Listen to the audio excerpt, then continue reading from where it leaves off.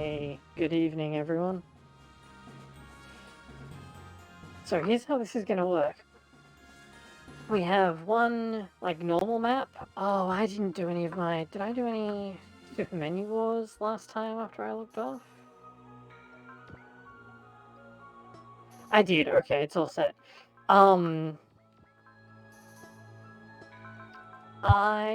We have, like, one, like, normal map, which isn't shit.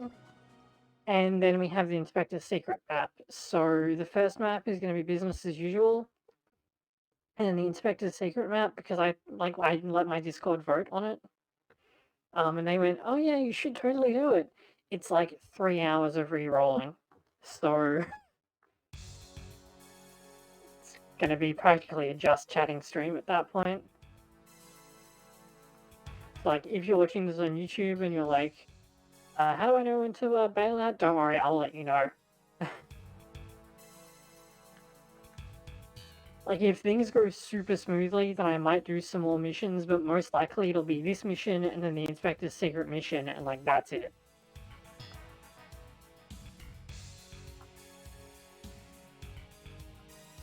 Also, I'm sorry I am running slightly late, because I lost track of time playing Battle Spirits with Midori, because it's actually a good game.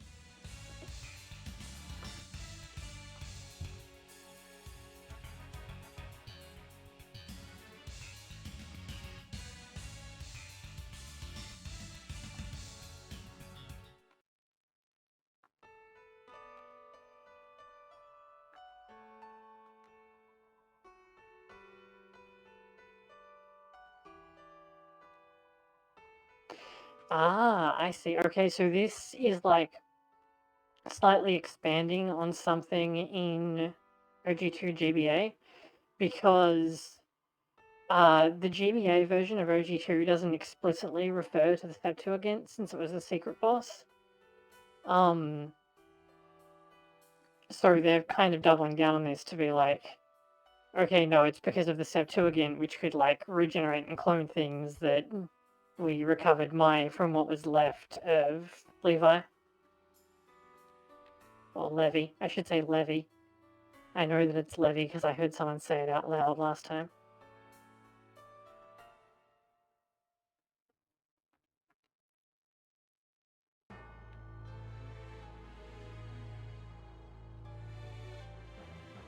Let me just reset that because I look like I'm leaning like 10 years away. There we go, that's a bit better.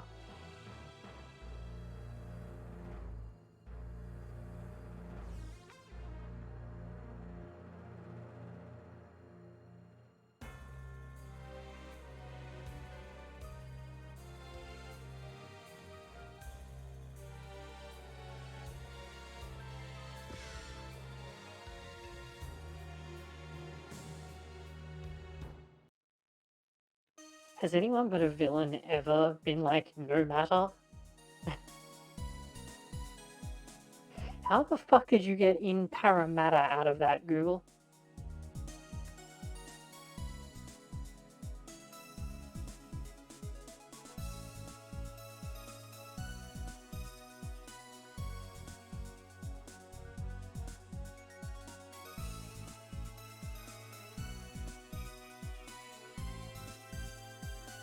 Like I said, has anyone other than a villain ever said that?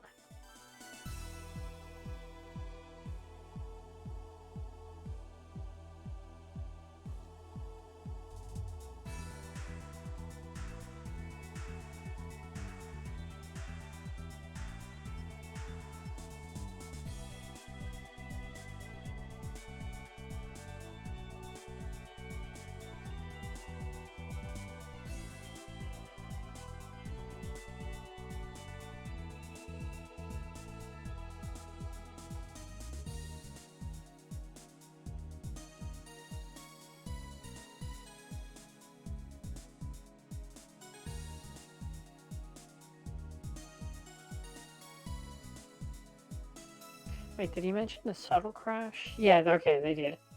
And they're like, I doubt that has any connection. It's like, that's the one thing that is relevant.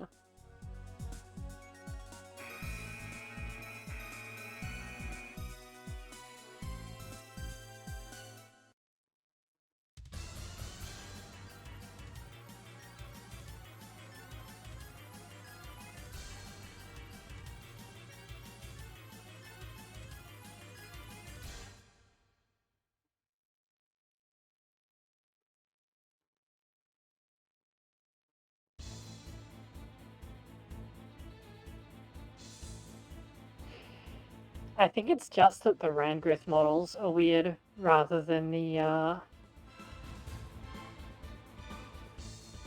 rather than it being that background. Although the background for the Earth Cradle does have like a really weird scale since it's a superstructure.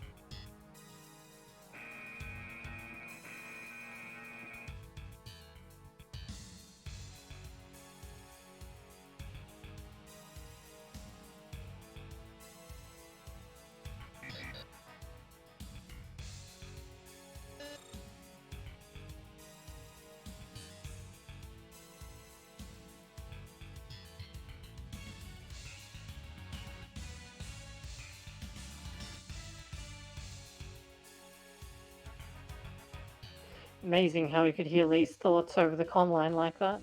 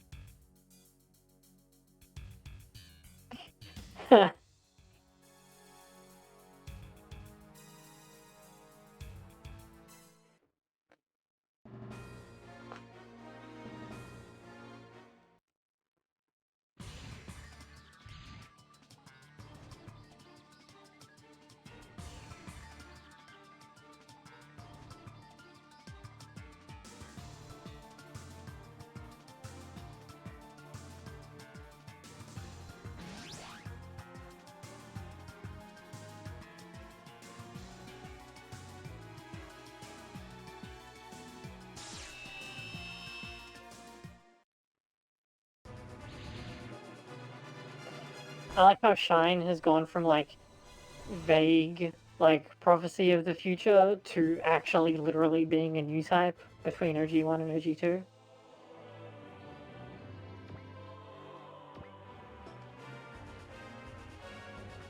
Also, this map is like actually awful, by the way.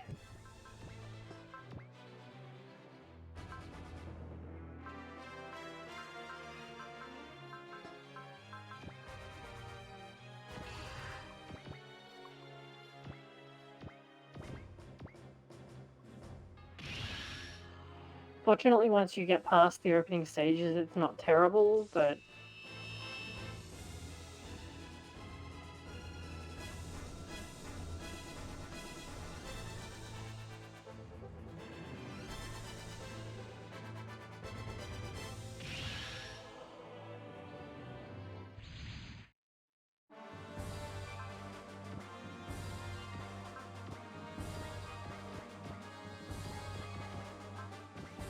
oh, okay.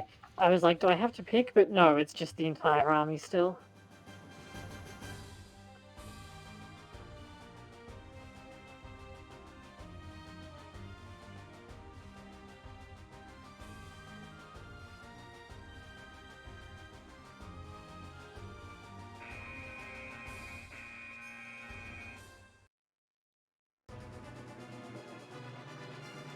I feel like this is much better than it was on GBA. Oh no, wait, there we go.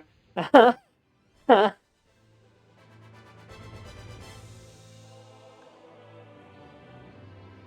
forgot to put a water jet on the R2, didn't I?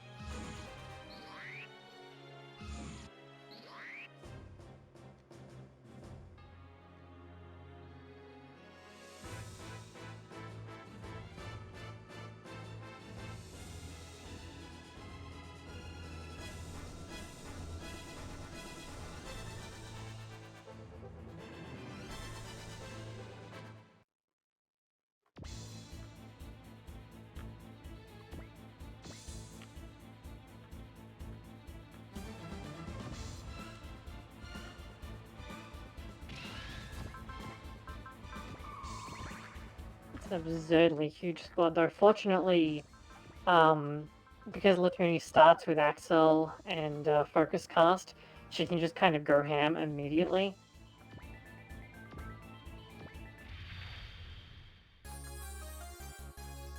Oh no, stream, don't you start picnicking.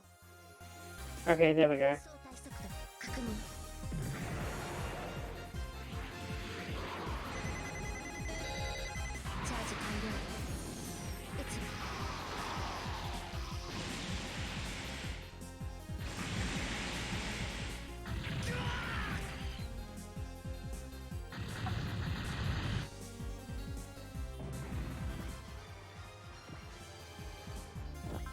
Rai as well, because he can go over here.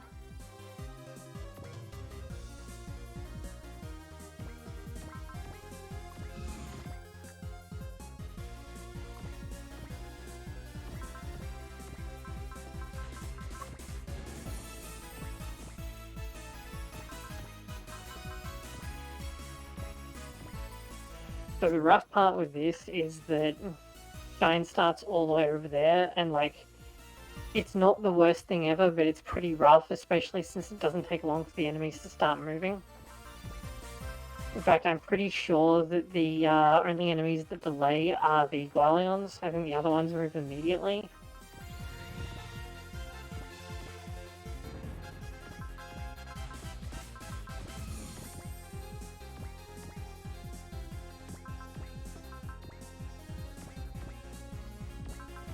That being said, you start with, like,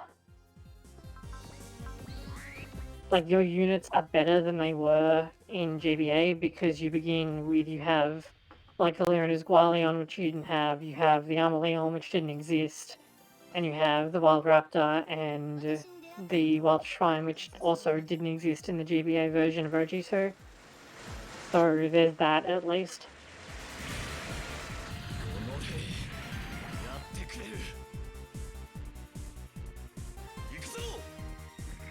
So, like, in GBA, Latuni's sorties on this map is a force sortie in the mass production Hyukubai Mark II, and it's actually awful.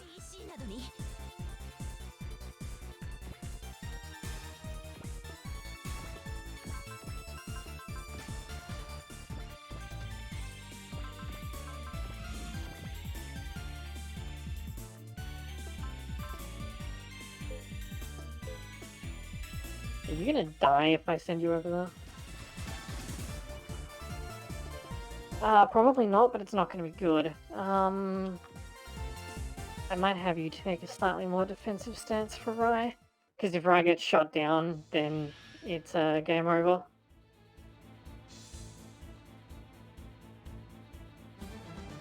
Oh, I was very wrong, okay.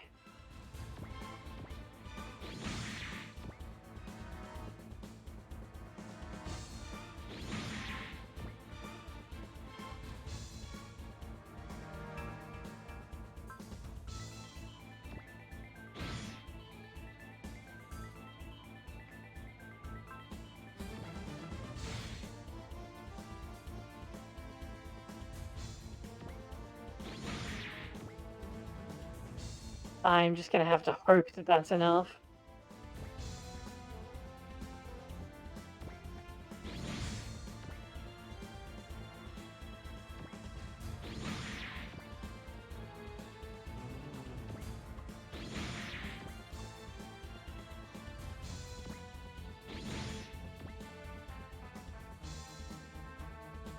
Did you run out of missiles? Wow, you really did.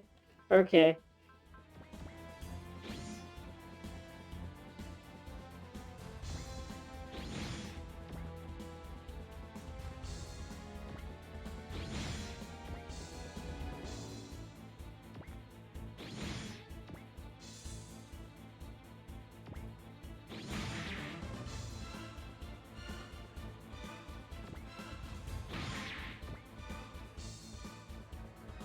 Oh shit, okay, Archibald also just starts moving immediately.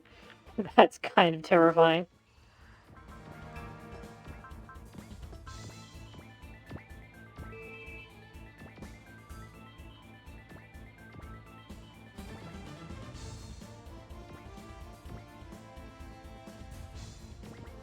That will help a little bit. I wonder if I can get... No, he doesn't fly. I can get the Ice Ritter over there, though. 1, 2, 3. Damn.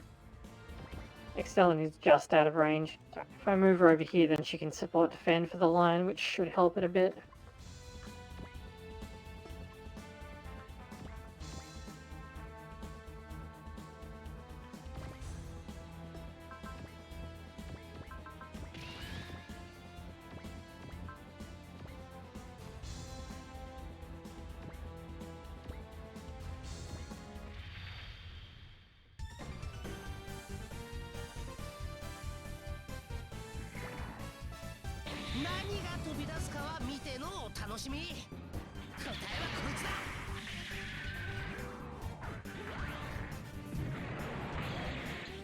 Diablo looks so cool in this game.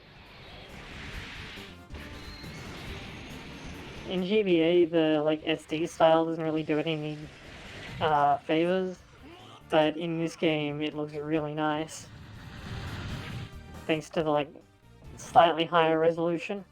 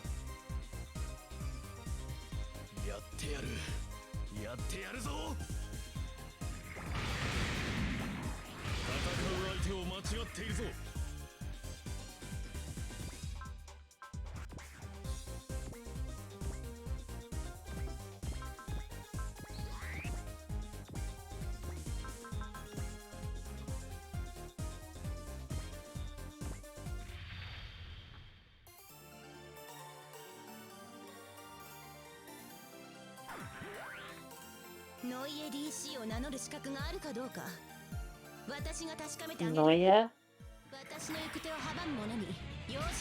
What was with that pronunciation of Neo?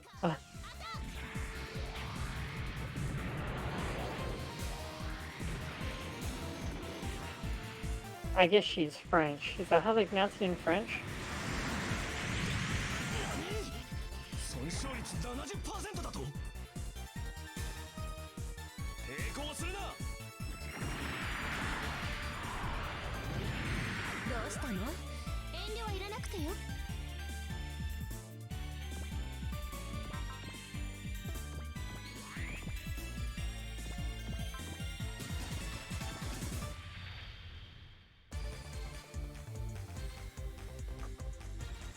I'm kind of leaning on the animations now because they're going to spend a long time turned off on the next stage.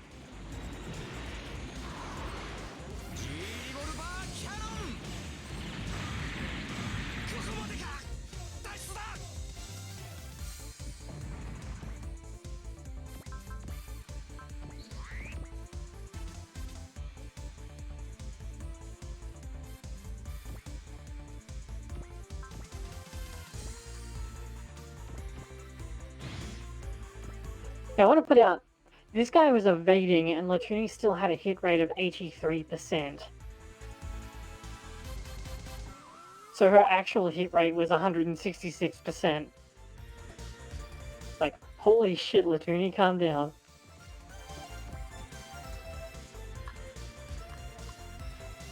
Oh, excellent. Okay.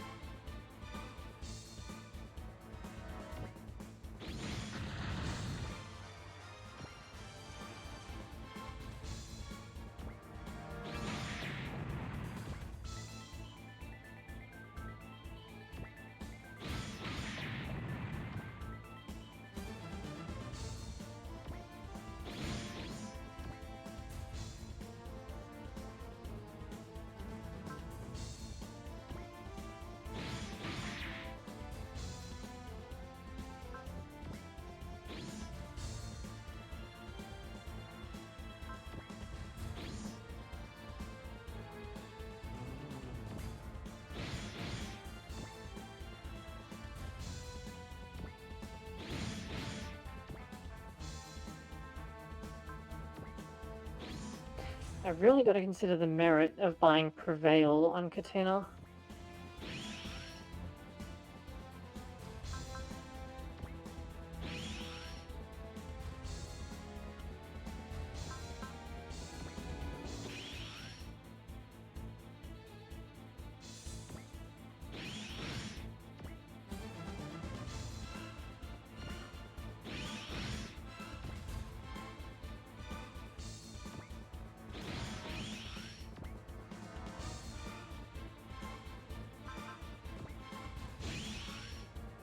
Would you please dodge? Thank you.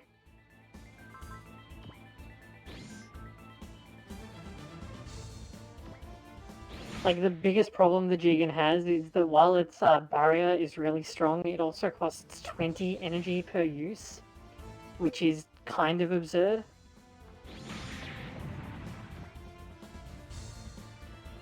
Especially since its actual weapons are so incredibly energy hungry.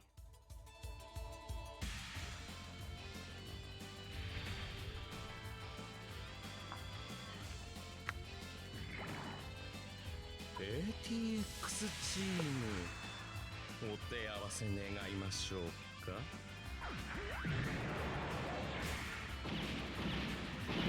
せんか。だがとどめには遠い。Are you not in the water? Okay, apparently that panel isn't underwater. I really thought it was.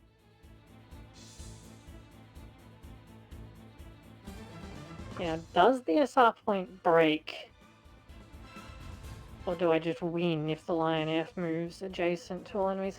Let me kill some... I'll just do a quick save and then we'll find out.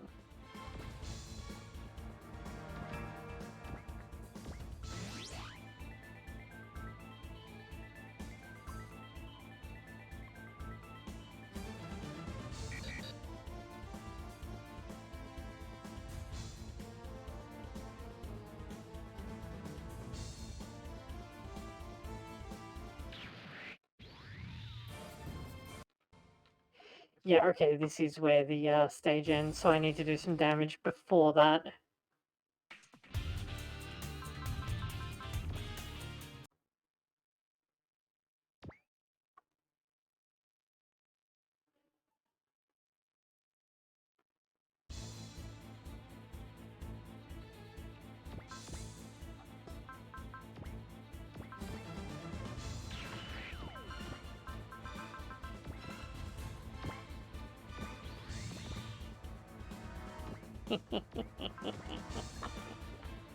Yeah, I'm not gonna hit any one of my guys, am I there? Nope, I'm all good. Okay, cool. Let's go. It's rare that you get to have like such a meaty map weapon, especially on the Jigen, since it has such a low movement.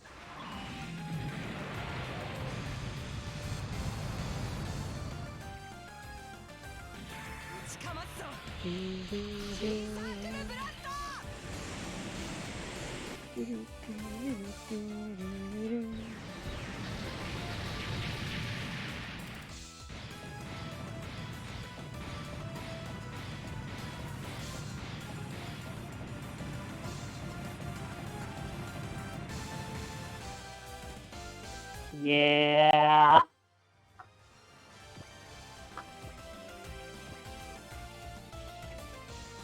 There's the skill point, so, but basically what I can do is run around killing everyone except Archibald, and then...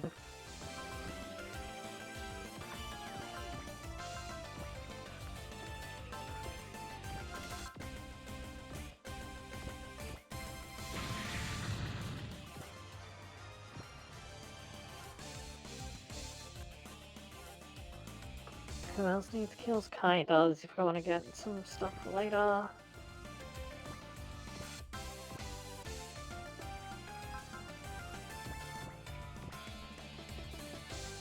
Oh yeah?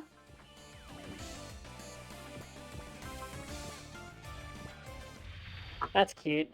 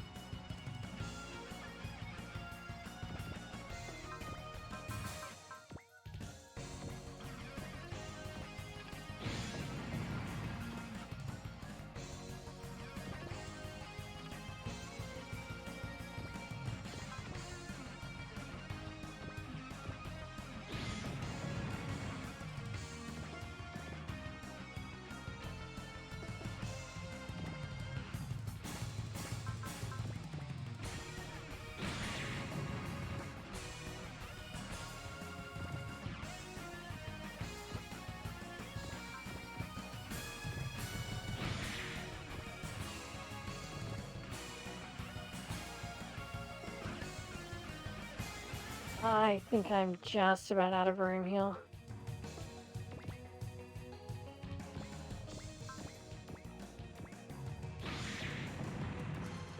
I'm pretty sure that did like almost exact damage to kill.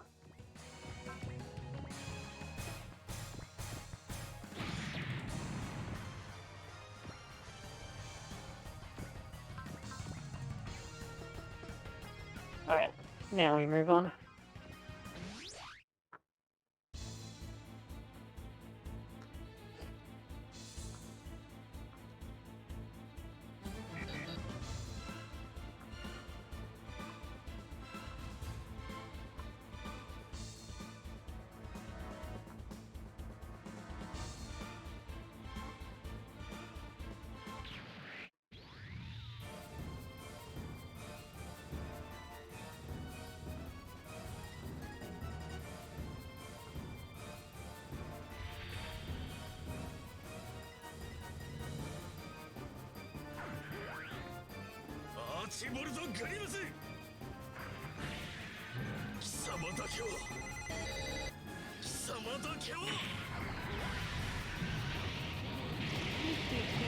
That was a long way away from what he actually said.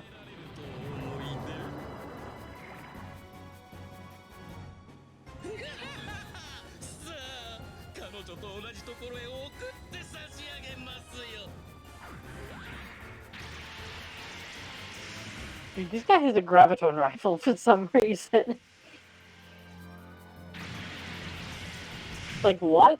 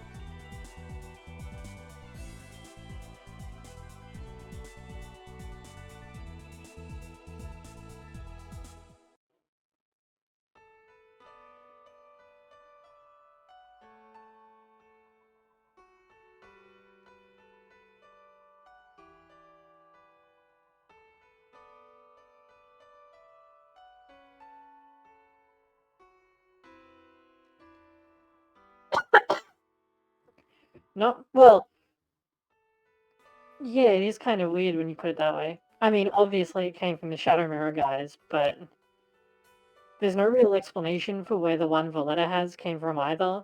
Um, like, presumably it was handed out, uh, from Mao Industries. Oh, that's right! Yeah. I don't think he uses it again after this either, so like maybe they just wanted a suitably big gun or something, I don't know.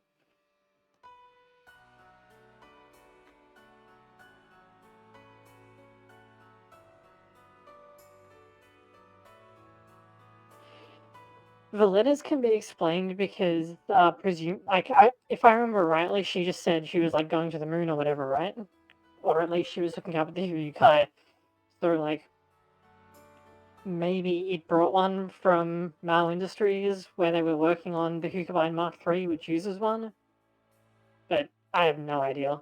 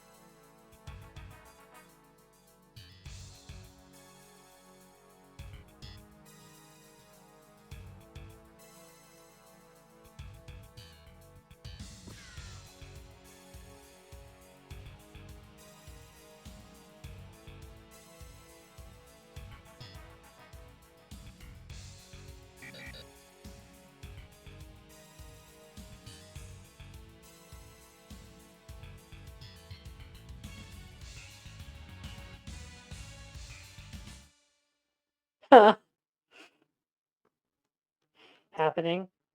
I feel like that might be new as well, because I feel like Axel, like, you don't find out exactly when he got back to them in GBA. But I might be wrong about that. Like, I mean, it's been forever since I've played the GBA version. Okay, so there's no point in doing any work here, really, since I'm going to lose all of these units for the foreseeable future. And now we're going on to the inspector's stage, so this first bit is like new stuff that, you know, we'll do normally, and then I'll tell you once I start going for the secret.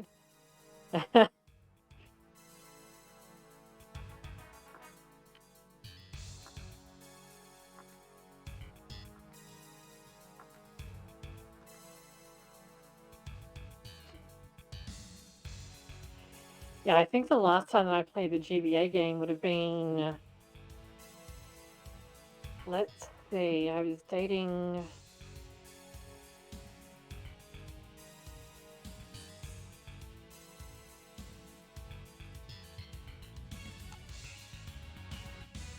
maybe 2004?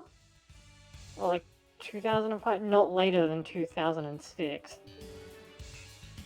No, it had to be before that because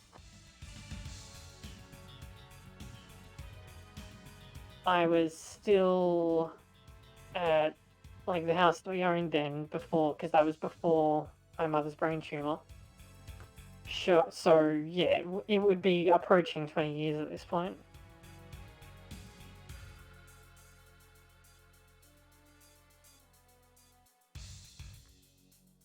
Yeah.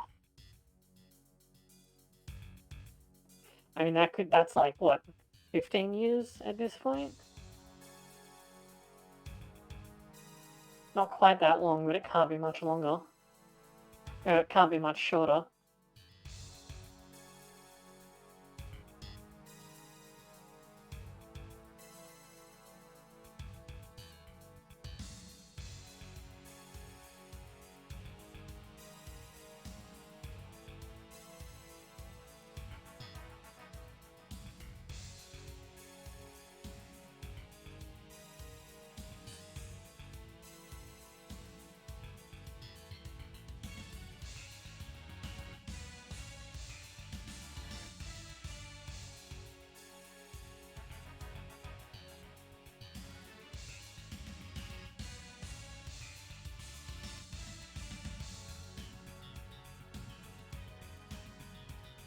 It's an interesting remark to make.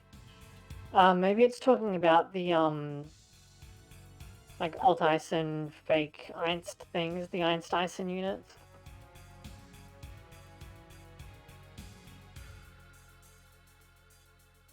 Which are new to this version of the game. They don't exist in the GBA version.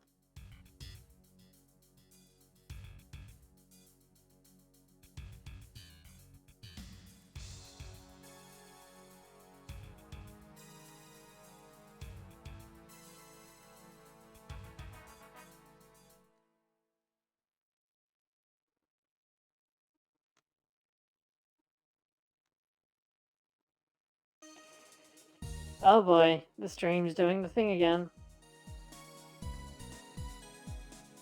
Stop it. There we go.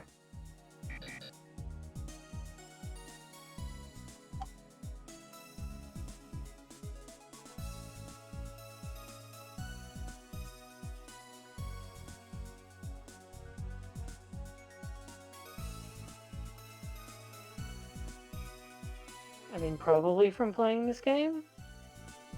I'm pretty sure they don't exist in the GBA version.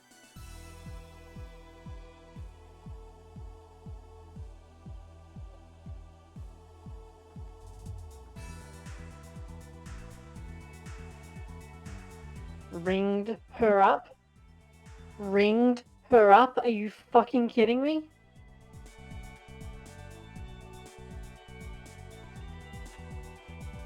What is this? What the fuck is this? Rang her up? Rounded her up? Called her up?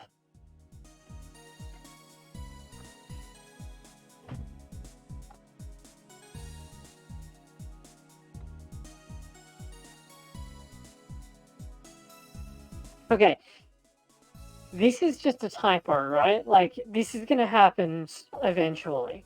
It's shitty that it's there, but of, like, things that are likely to slip through, this is, like, super likely, especially with how much text is in this game, okay? This is just shit. Okay, I guess I can wait to say hi to those guys then. Now, what she said in Japanese, you would normally translate as, like, those guys, but you wouldn't say that in English, you'd say them. You don't need to clarify that it's like those guys, they're already the subject of the conversation. You can just say them. Like, that's just bad writing, and shows that this wasn't really given a proper QA check.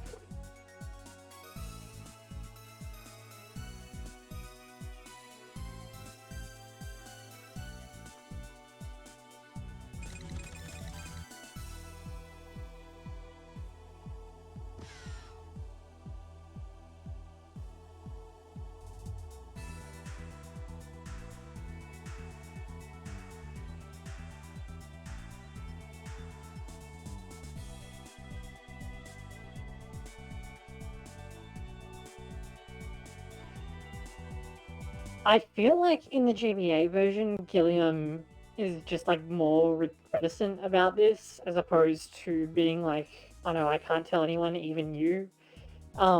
Because in part because I think they'd really committed more to the direction the story was going in comparison to like GBA, where the fact that Gilliam was from Shadow Mirror in part was like more like a cameo thing than a legit thing. But so that might just be me misremembering.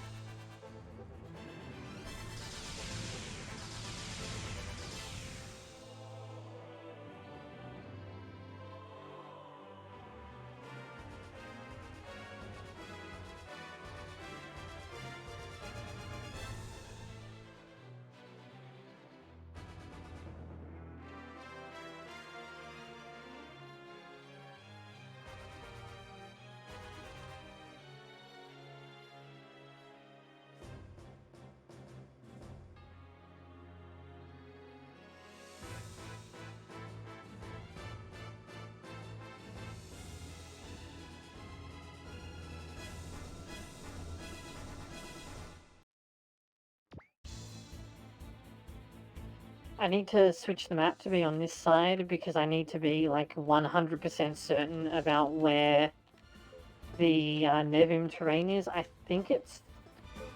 In fact, you know what? I'm actually going to go and mark all of the Nevim spaces.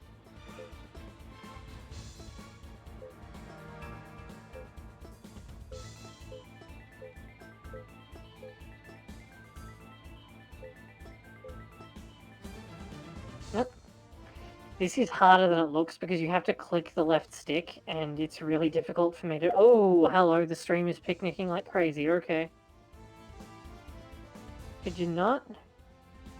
Fuck. Oh well, at least I'm not doing anything important just at the moment. Oh, I can't actually mark enough spaces to keep track of it. Okay. Well, that's gonna be fun. Alright, so the objective here is basically I can't move my guys out too far, but I also don't want to spend, like, any SP except for Gilliam.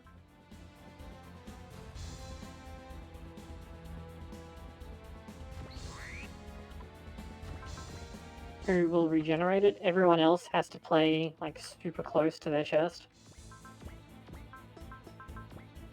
Because I'm going to need all of that SP in a few minutes.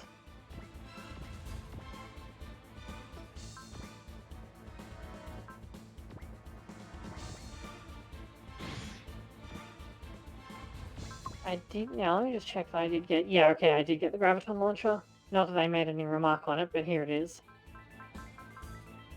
So I need to also, like, hang on to as much of the letter's energy as I can.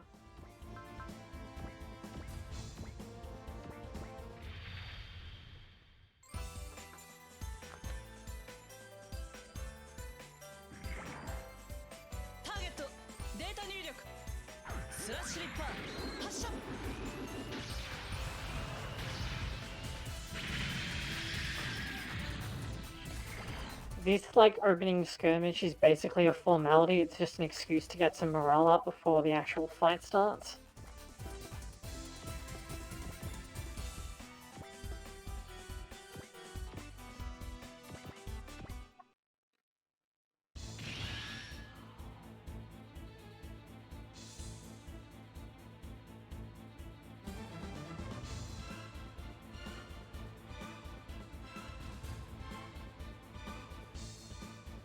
How do you mean?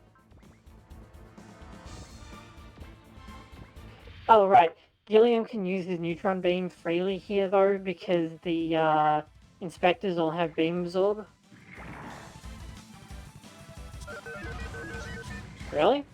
I don't remember that at all. Oh, no, that's right. The dark energy guys that are related to the, Might Guy and plot, yeah.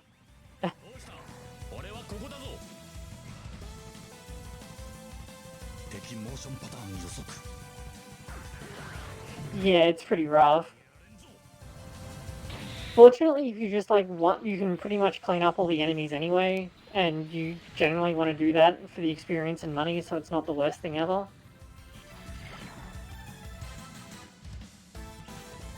Oh, and the, exceed that you get is, like, really useful.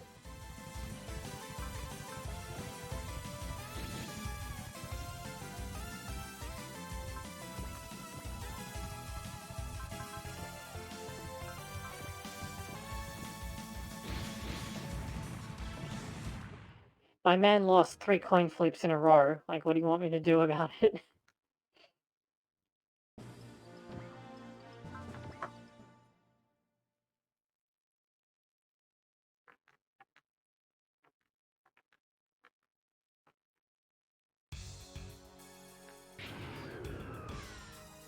Weird, I don't remember that at all.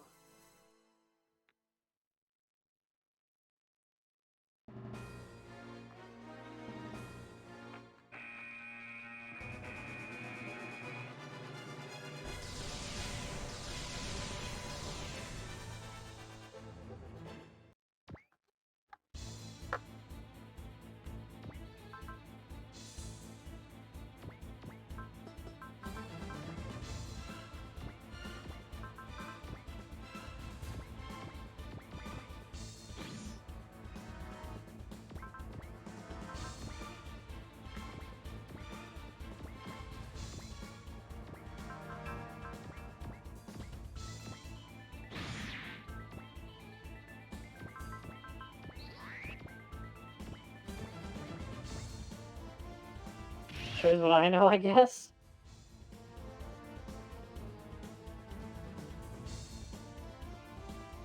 Wait, does Gilliam not have his theme song yet? Does he not get that until OG's Gaiden?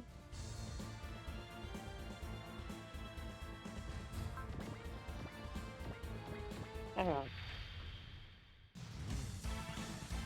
Okay, no, I guess he didn't actually get his theme song until Gaiden.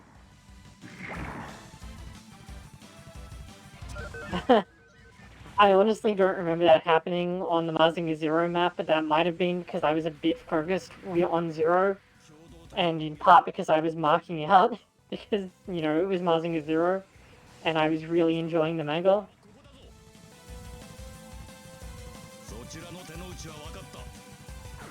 It's a shame that I can't really share that with you because it's, like, really gory. because it's like an homage to like Go Nagai's really classic stuff, which was frequently super gory. So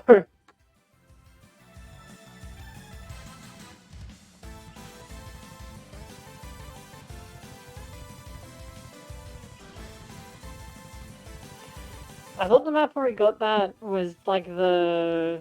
Isn't that the map where the like secretary looking lady shows up and then like Koji and Shinji beat the shit out of her? Oh, okay.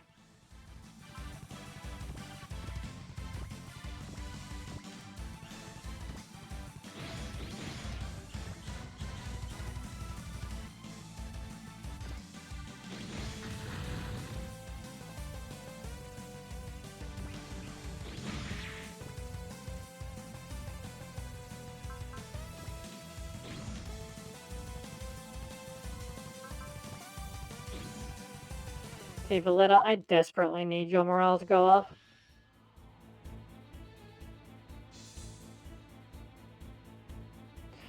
Um,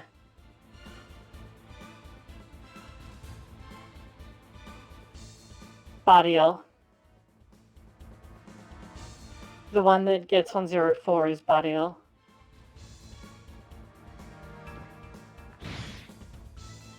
Sahakuil is the like colony drop one.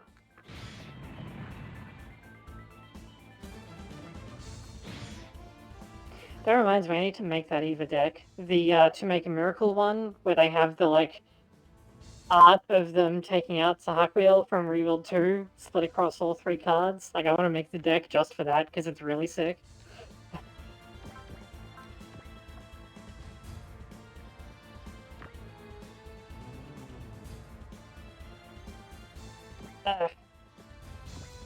God, the fact that they evade on the enemy turn is so annoying. I know what I can do. I can do it from here.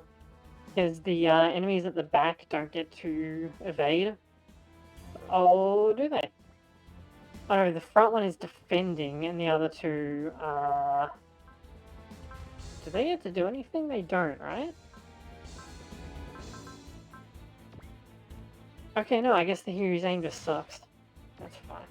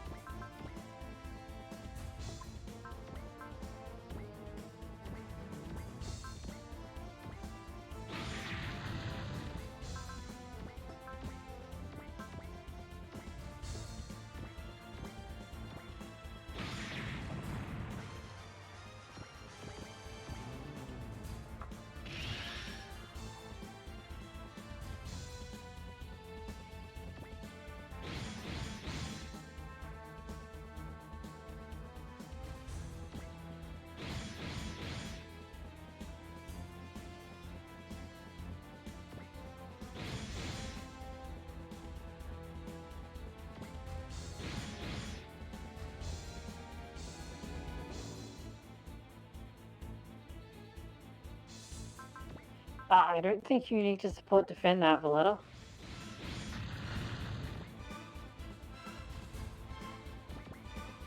I don't think you need to use your Graviton launcher either, because I need to save like every drop of energy that I can. Oops. Oh, you have Beam Coat, so that's actually not the worst idea in the world.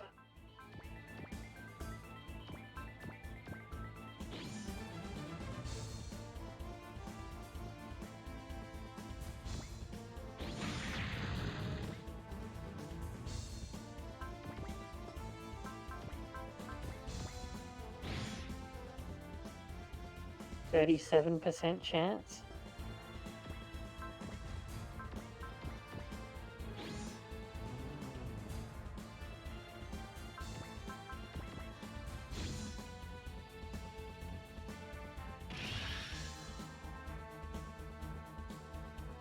I also need every scrap of ammo that I can get for Cross Smasher, which is why I'm, like, letting a lot of shots go.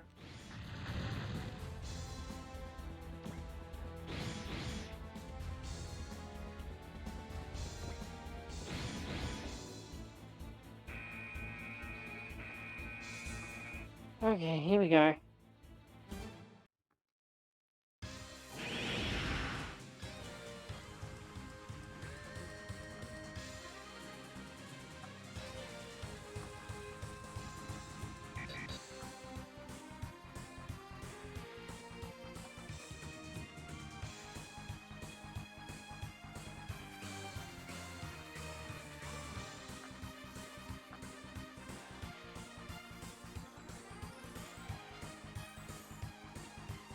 With a lot of saving and loading.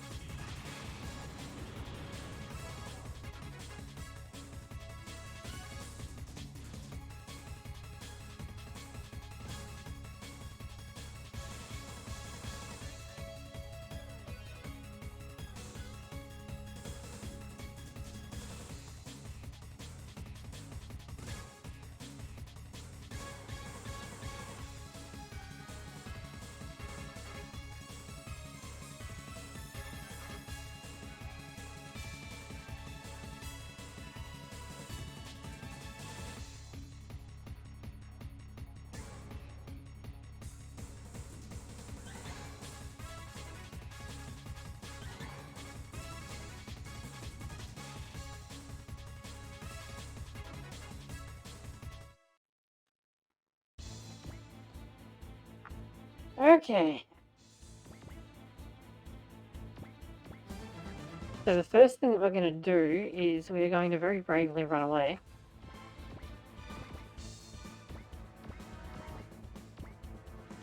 Basically, we need to get onto the White Moon panels and stop the inspectors from getting onto them, because if they land there, we just lose, like, immediately.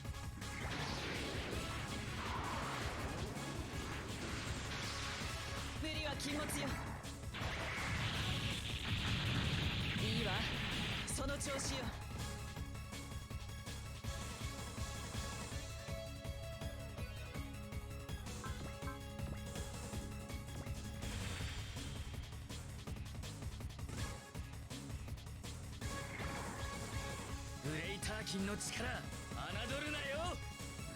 メガビームバスター発射。私を割り込ませるのです。了解。全速前進。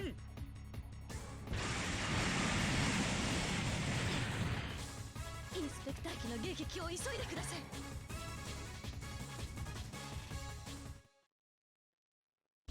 Getting clipped with a spider web is also really nasty because fucking right,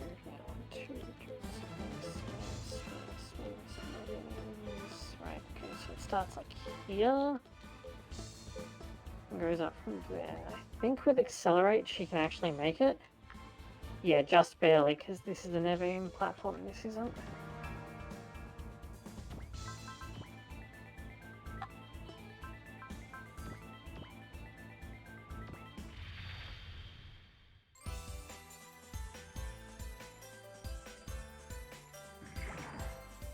Auto trace start. Slash ripper 発射。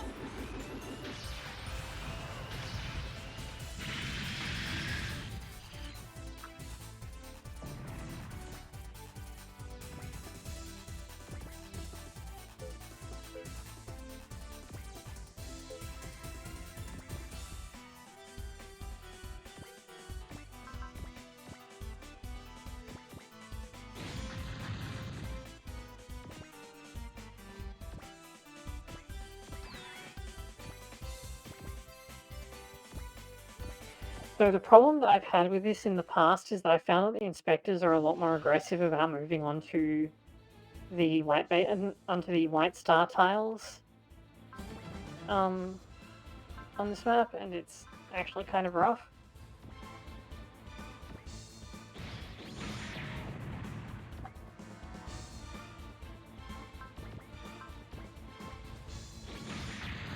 I can use neutron beam freely on these enemies because the inspectors all have beam absorb, so it doesn't work on them at all. In fact, it will heal them. Because that was fun when they showed up in Super Robot Wars 3, where your team was like mostly Gundam units, which all use beam weapons. It's like, great, thanks.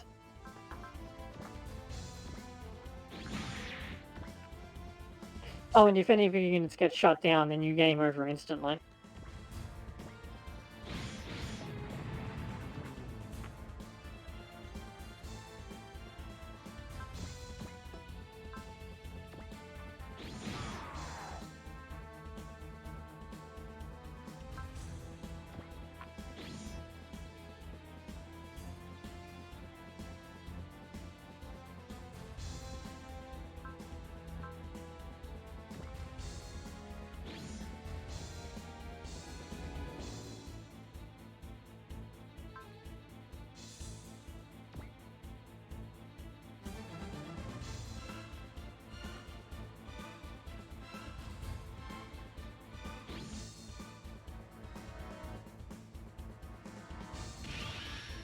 Okay.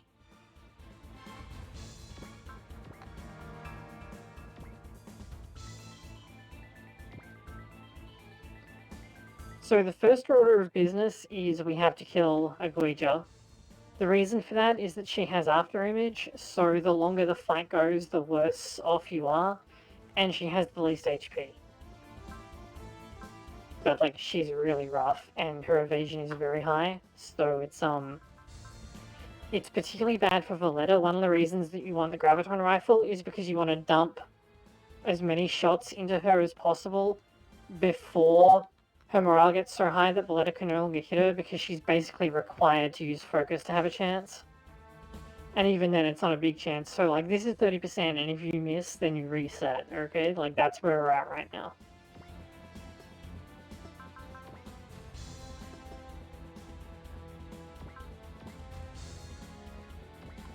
So, like, this is why I was saying, yeah.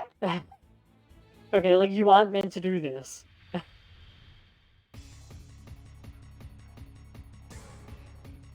I've done this many times, but it's much worse on this version of the game.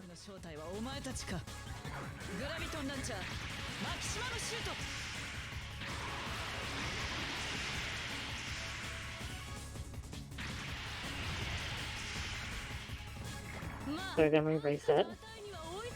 ことさ。調子に乗るんじゃないよ。I said on the Discord poll months ago, like, it's really boring. Oh, and she got hit, so I have to reset anyway, because she's gonna die.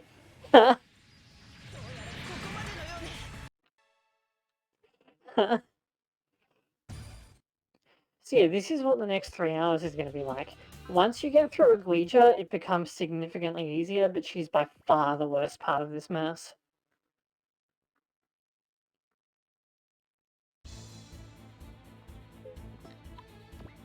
Excuse me.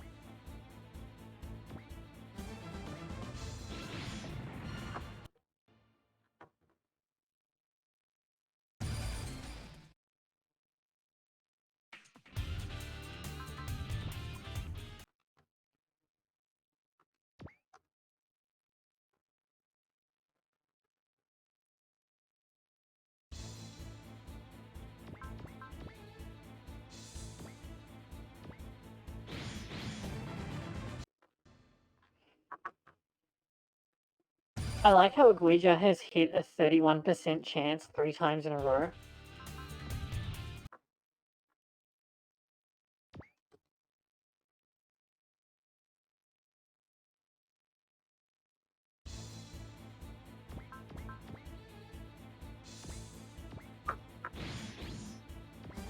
Okay.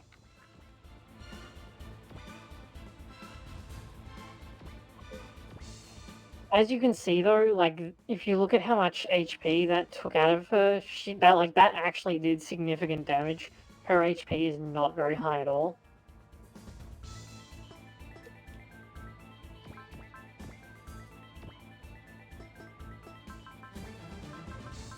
Now, if I focus, can I hit you? Yes, but it sucks. Okay. So this is where we are again.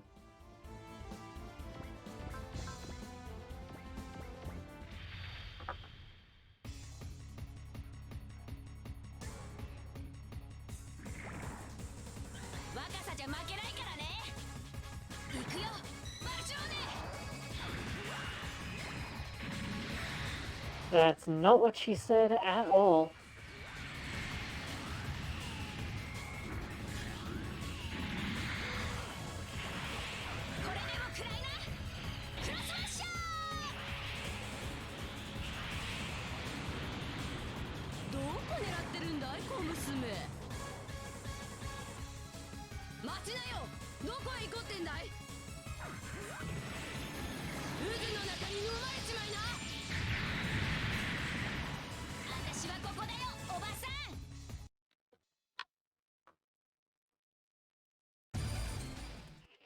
Translating it as lady is also, like, not good because it misses that Luna is being super rude to her.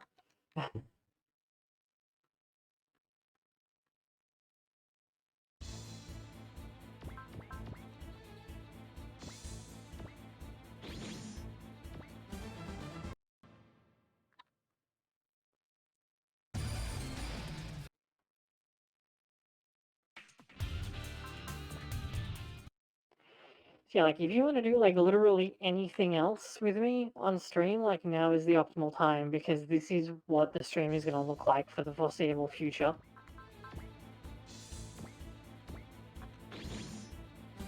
It's literally just me rolling 30% chances. Once a Ouija dies, it gets more interesting, because, like, you still kind of go through the same thing with Psycholog, but he's much chunkier and easier to hit. And his preferred target is the Hirukai, so you can kind of tank with that and then, like, respond with Luna and such.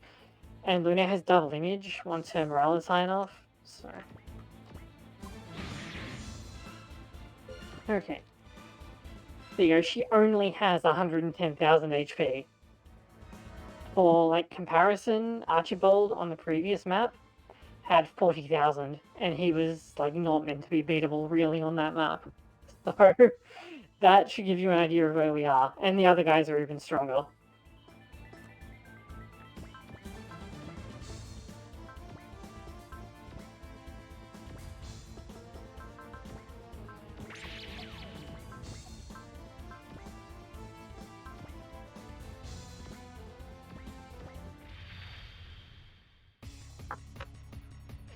Gilliam, however, I can get free damage on because he has SP regen.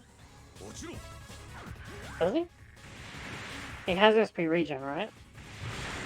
It doesn't matter since you don't need his SP to beat his boss. Once Aguija and Seekalog are down, you can checkmate the game.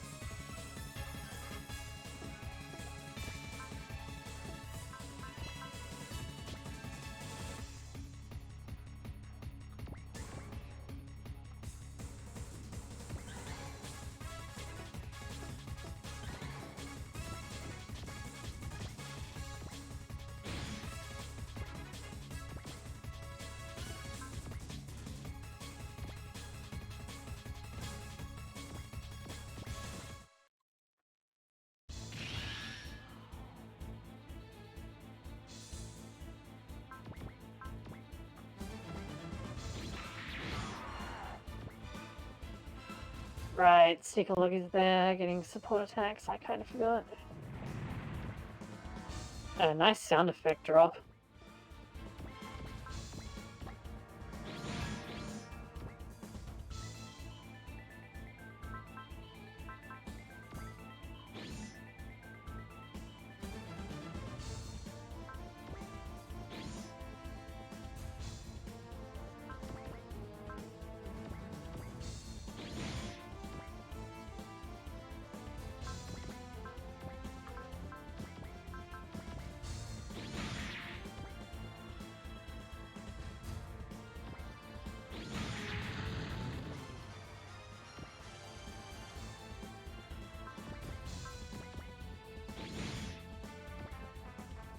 Nice.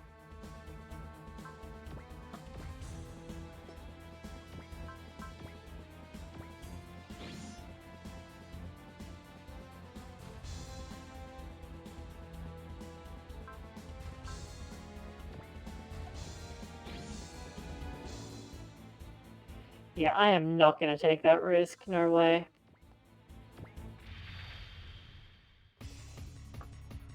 Seekalog hits really hard. That's one of the reasons why I spent all of that money on Hirukai.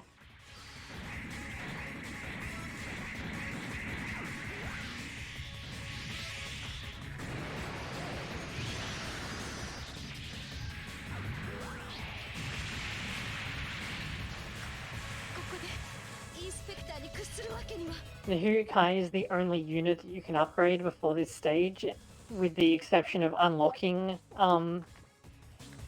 the secret weapon on Valetta's Guest Pence, which is one of the reasons why it's so important that you do that.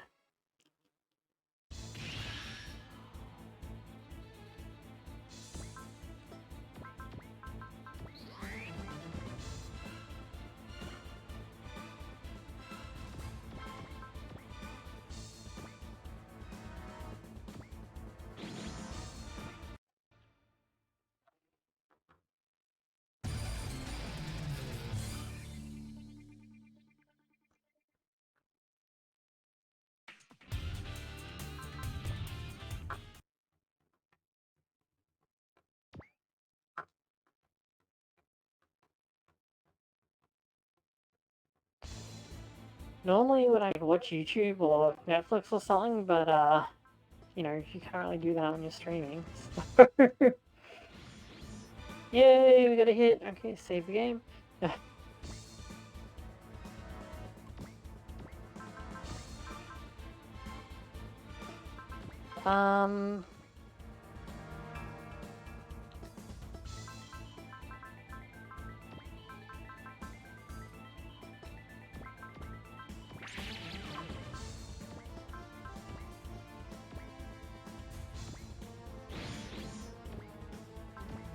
Also, I want to mention, they don't retreat, like at low HP, like most bosses do. You have to actually shoot them down. You know, she has, what, potential 4 and predict, so once she hits 130 morale, she gets even harder to hit, and her mech has double image.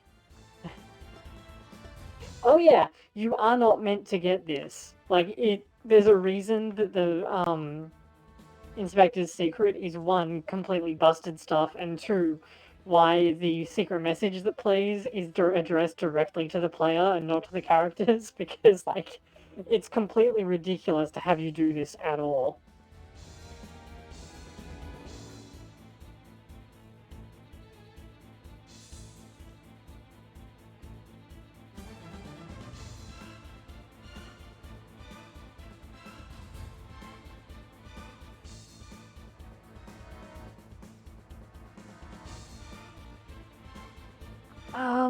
Okay, so here's the catch that I'm finding myself in. If I don't use focus, then, like, there's no chance that I can hit a Ouija, but it's one less bullseye, and you need strike for later because it also turns off double image, which the game doesn't tell you. However, I can't get a third strike at the moment. I can get, but I will still get 2 strikes even if I use focus here, so...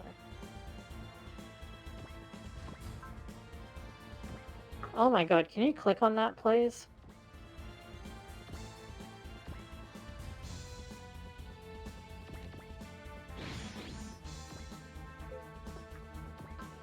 Seriously, where did they all come from?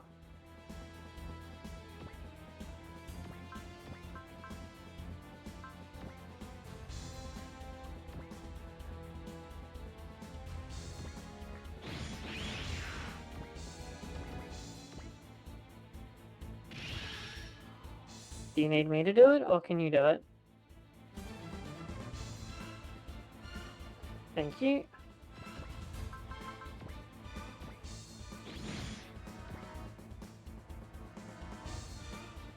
Okay, do not get distracted by this one that knows, yeah. 72 HP. If I hadn't defended that, I would have died.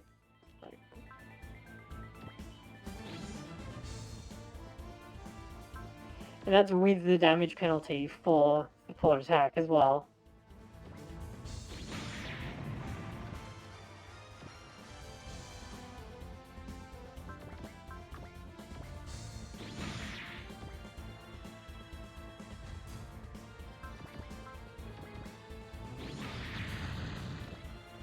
I think this is the only map ever where I've actually used up all of my fleet missile ammo. I could shoot back here, but it's like, then I'd be using up ammo. And while I did get the opportunity to put the,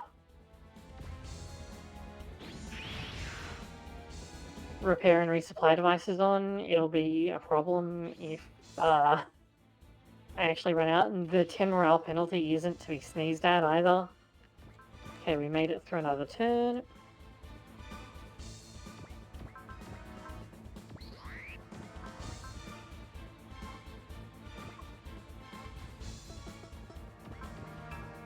I should save before I do them. This is actually going uncommonly well as well. Like, I'm not having to reroll as much as I have in the past.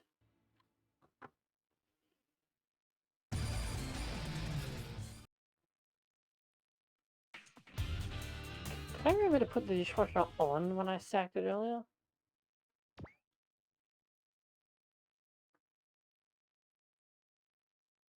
I need to go and check that next time I get up.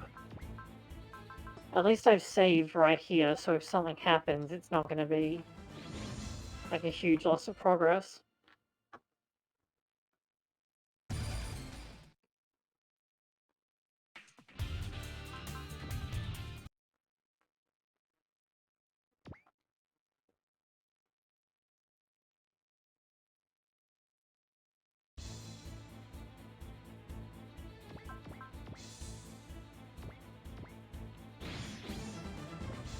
Yay!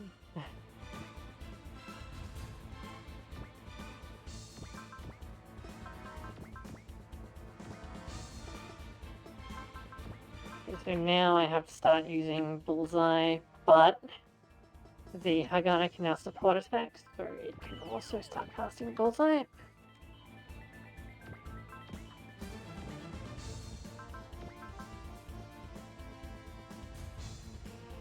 I think this probably shouldn't kill Luna if it gets hit, if a hit comes in as well, so it should be fine. 行くよおばさん行くよバルチョーネ So to clarify, the pronoun that Luna is using for Agreja, which is Obasan, is more like old lady. Like she's calling her out about being old, which Agreja is really offended by because she's like only something. クラスマッシャー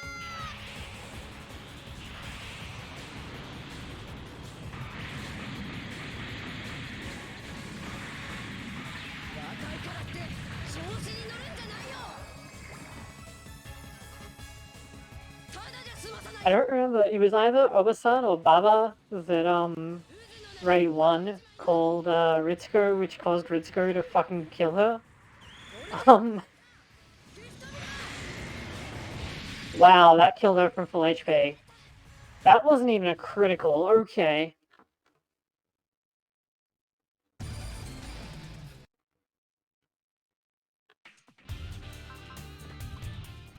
That being said, I still can't afford to give up the shot, so I need to just gamble on the 68% chance not connecting.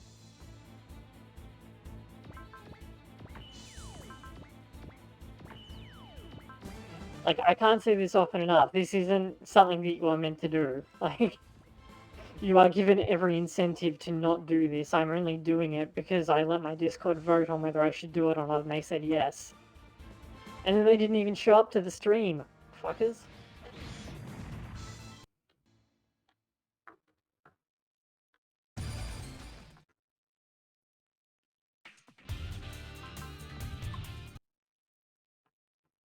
Yeah, that's because you never pay any attention to my Discord, despite being a mod.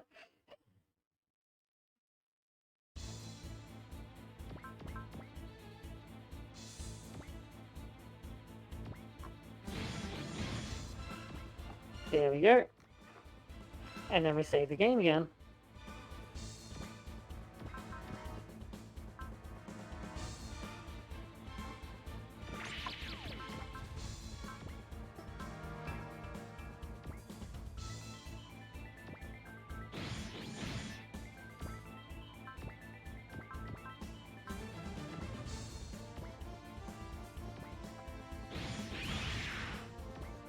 Ow. As you can see, we're actually able to chip through Aguija fairly nicely because she has low HP and her armor and defense are almost non-existent.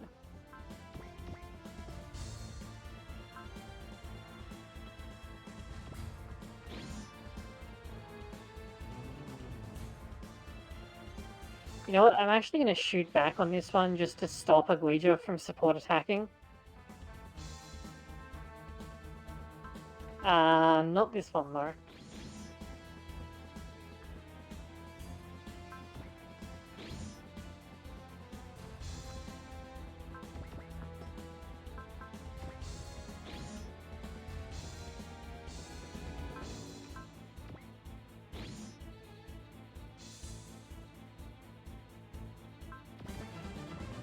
This one I can afford to shoot back on because the Hyukai is going to tank the hit anyway. And between defense and the barrier it should be fine. Oh, or she could double image it. So yeah, Luna gets double image, which is kind of a really useful thing. I can just defend this, because otherwise it's going to really hurt. If you don't upgrade the Hyukai, this is terrifying. Oof! That did... Okay, Gilliam has 400 HP left after that. It's more now that he's topped up from the White Star, but... That was with defense, so that did nearly twice his HP.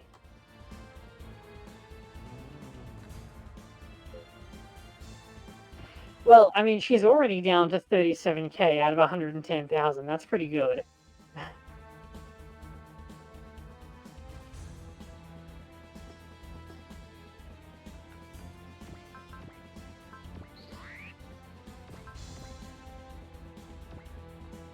It's low compared to the other two. Seekalog has... I'm pretty sure Greaterkin has about 170,000, and then Seekalog I think is something like 240,000 or something. I might be exaggerating that, and it might have changed from the GBA. So like even if I'm right about remembering from GBA, I might be wrong about that. And I did this on my actual PS3 at like 2 in the morning, just before the English patch dropped. So my memory of it from back then is not great. And so as you can see, we have to gamble on like progressively worse odds.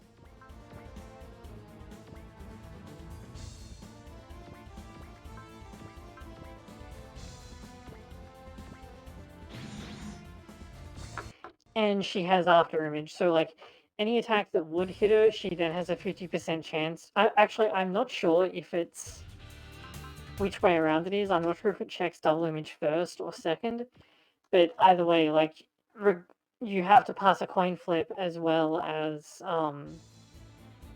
actually hitting her to hit her. Actually, after image is still 50% in this game, right? Yeah. Later games made it 30%. But in this game it's 50%, so good luck.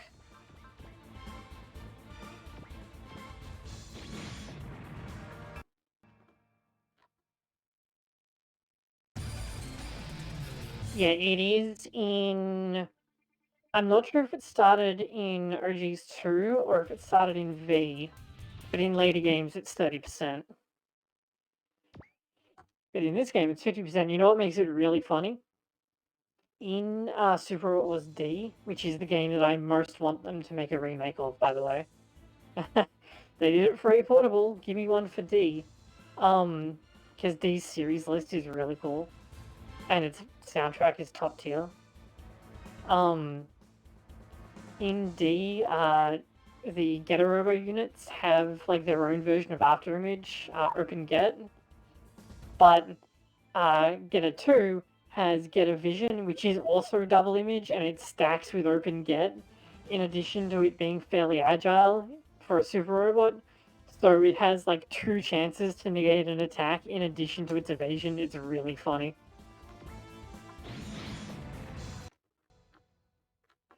A real Getter 2 hours. Getter.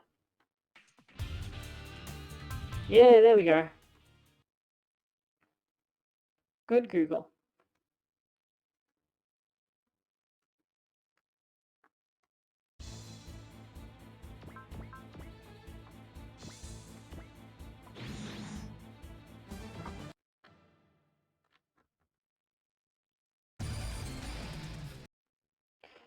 OG2, the PS3 game.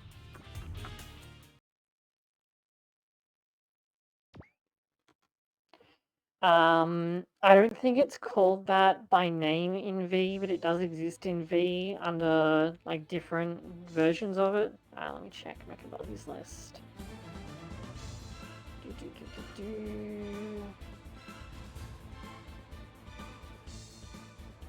Yeah, it varies in V. It's like a bunch of different things. Yeah, these are all double image, but the point is none of them are 50% except quantization because the quantine needed to be better for some stupid fucking reason.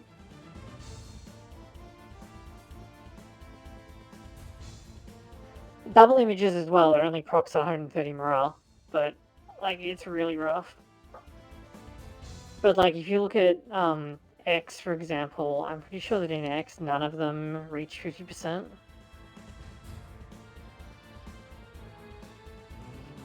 Yeah, in X the highest is 40%, which is aerial mode on the Vilcus, and the other 3 are units that have evasion abilities, so that's the Dunbine units, which have branch, the F91, which has the MEPE, and Death Scythe, which has Hyperjammer. Those are all 30%.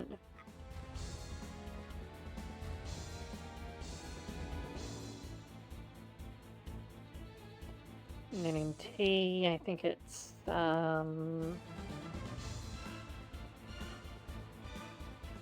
T still has branch, and it has Shingeta Vision on Shingeta 2, but they're both 30%.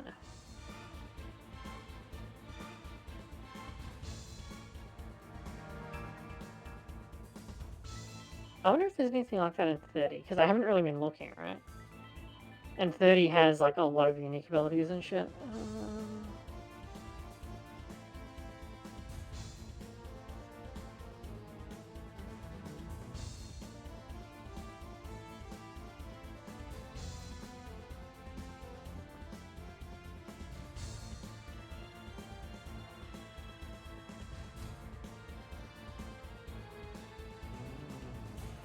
Yeah, 40%, and then the Ninja Mechs and Karyuo have Bunshin, which is double image, which is 40%. It's called Shadow in that game, though, which is wrong, but it's what I've come to expect of the official localization.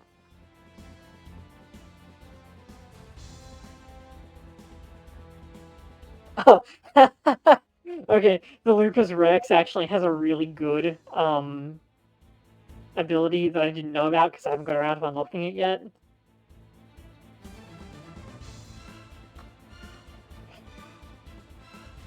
Which is available at 150 morale, but like that's actually really good because it's exactly what happens in the show. Okay, I like that.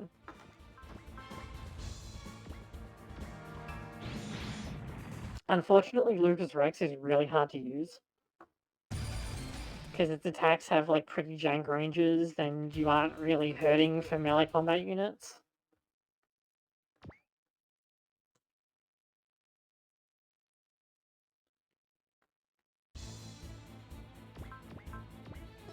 That being said, I'm not going to turn it down on stages where you're fighting like Silhouette Knights and stuff, because they take 50% reduced damage from ranged attacks. 50%? 30% less damage from ranged attacks. I need to get back to playing 30, I just haven't had that much enthusiasm for it. Like, I haven't been playing it off stream or anything, it's just been sitting there.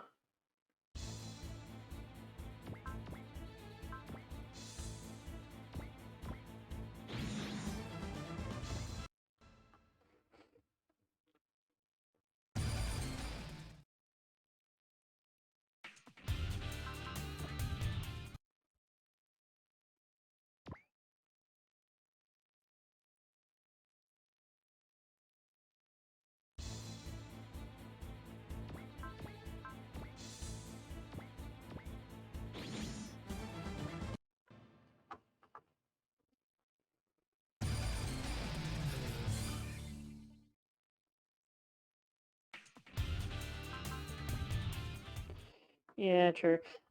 Because the game's cast is so big, I've been really trying to, like,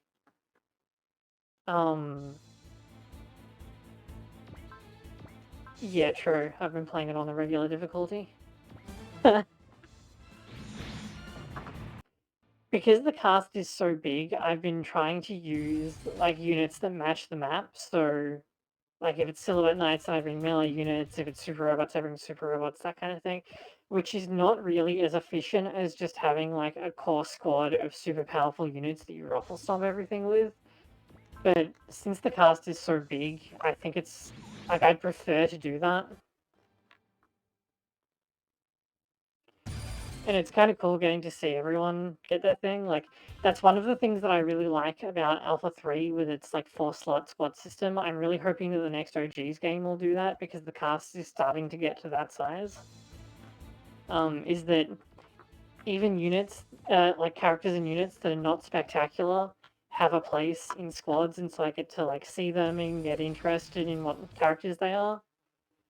So... which is like the opposite of how KT plays, because anytime they have to use a character that they don't like, they will like whine about it endlessly and get really annoyed. Which is also like totally fair.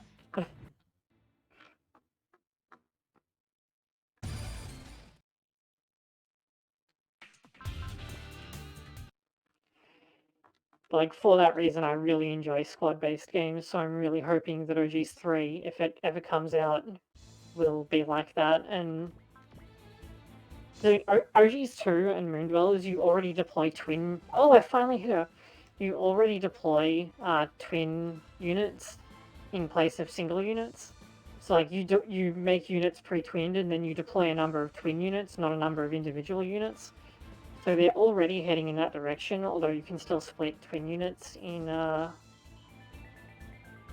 OGs2 and MD. You can't do that in Z3. Well, your Sony PC can probably run Alpha 3 now, and like it's pretty good. It even has like an auto squad creation system, so if you don't want to try and work the menu in Japanese, you can. Actually, did Moon Dwellers, Moon Dwellers, did it get a PC release? No, okay, it's like the only one that didn't get a PC release. It did come out on PS3 though, and our PS3 is pretty functional now, so you may be able to play it regardless.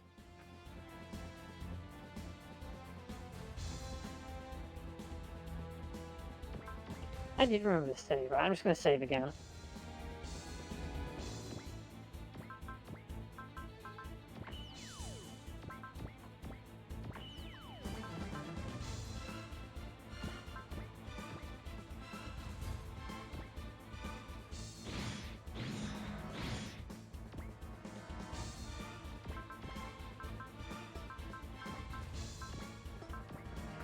This is where it gets really rough, like, I basically just can't do anything with William now, so I'm actually gonna shoot down one of these guys.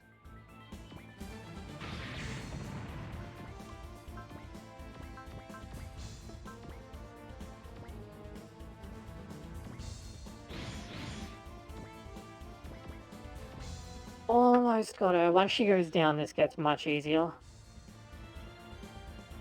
It's just, you gotta get to that point. I may as well shoot you down so you stop being annoying. This one I need to evade. Oh shit!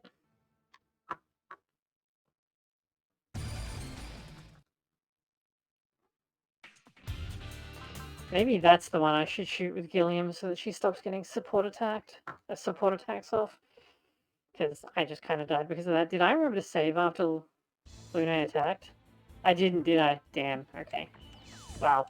I didn't even save after casting spells, that was dumb.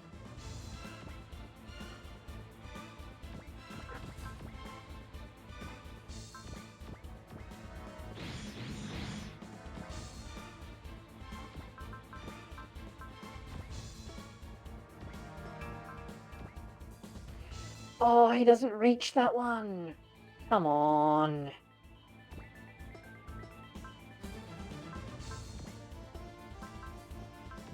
That's pretty frustrating. Alright, let's... Which one of you is fatter? This one.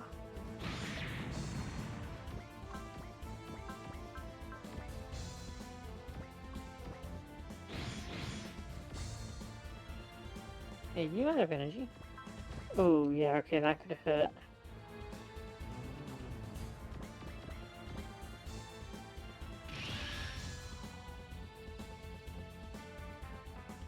Let's ignore this one. I'll shoot back at the other one. And see what happens. She got shot, that's what happens. I think I am going to do that anyway and just like try and wait for it to get lucky because it's only, what, 78% accuracy? You know, it's only every 4 out of 5 times.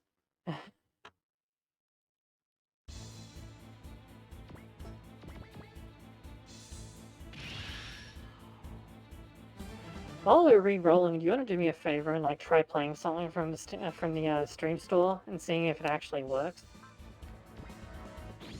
Because I've never actually like tested it from a user side. I've done the like streamers. Oh, nice, got a critical. I've done the streamer side testing and stuff, but obviously I can't test it from the user side.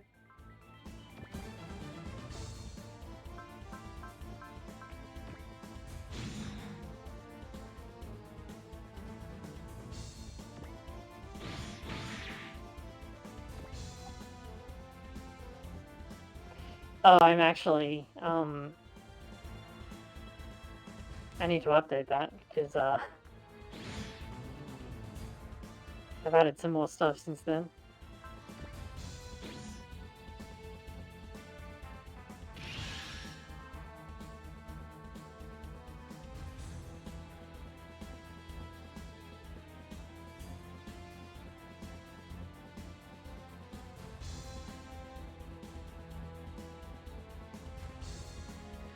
So you can either use the Storm Link or you do, I think it's exclamation mark, redeem, and then you type the thing that you want.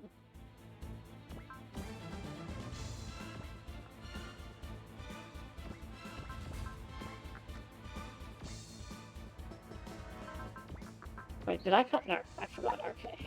Can you even hit her from there? Oh yeah, it's still a 20% chance, but it may actually kill at this point.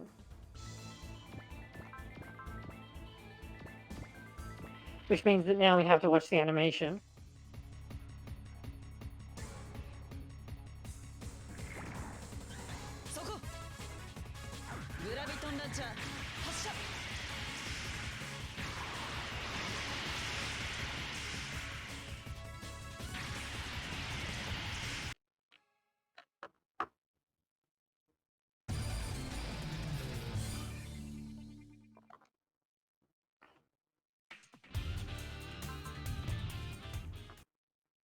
No, you have to do it like this. You do...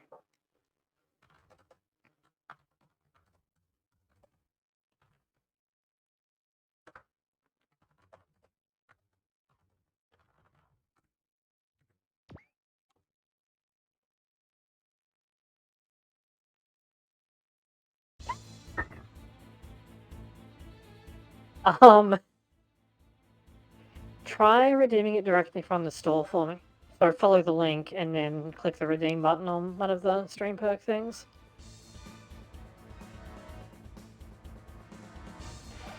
Oh, I bet I know what's happened. It's totally possible that, let me, just set this to run.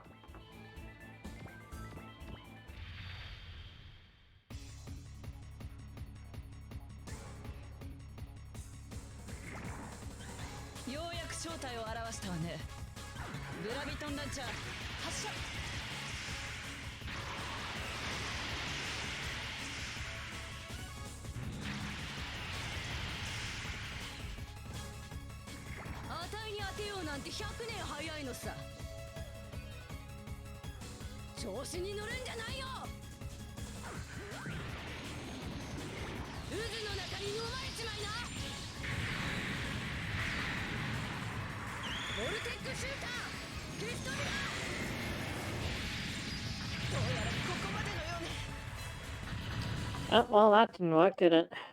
Reset. It looks like all of my stuff is properly logged in on my end.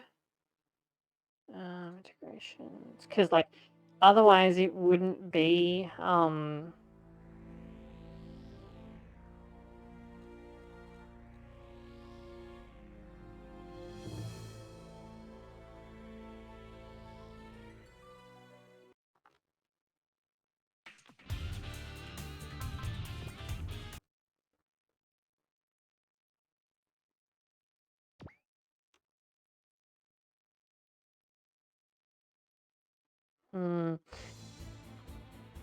Okay, the connection should be valid, since otherwise I wouldn't,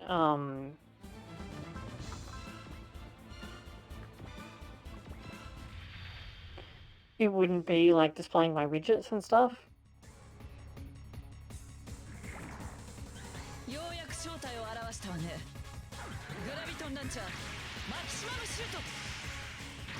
And the token should all still be correct, because I don't think I've changed anything. So, did you try going in through the store? Like I said, or not yet?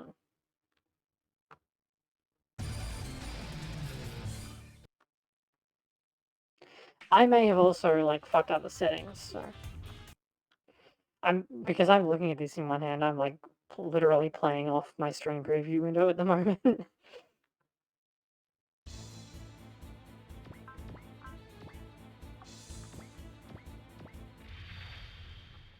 Nope, you've gone AFK while I'm trying to troubleshoot something. Oh, that'd be why. You need to log in, yeah.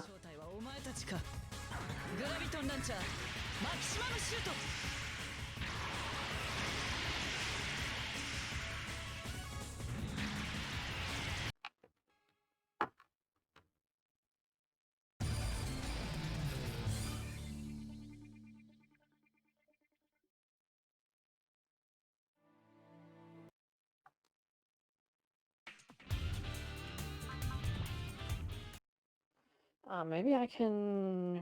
Can I set this so that it works for people who aren't logged in?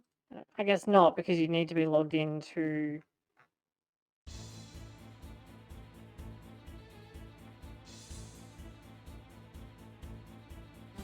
Yeah, there's no additional requirements, but you do have to be logged in for it to be able to see your points. So if you could do that and try it, that would be a big help.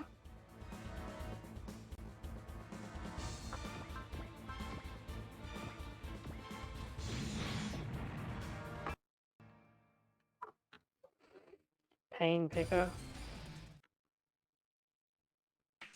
Like, I have to get through this 20% chance and then double image, or vice versa. Stream Elements should take your Twitch login as credentials, because it links to your Twitch account.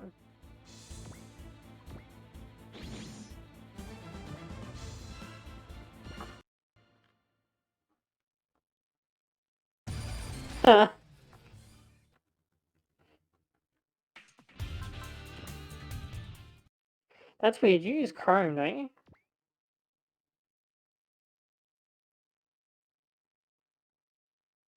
you? Yeah.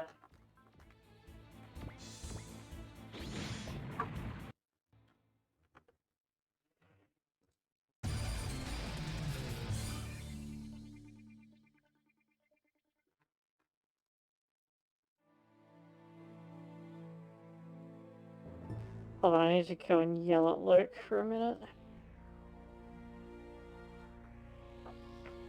Hey Luke, you piece of shit.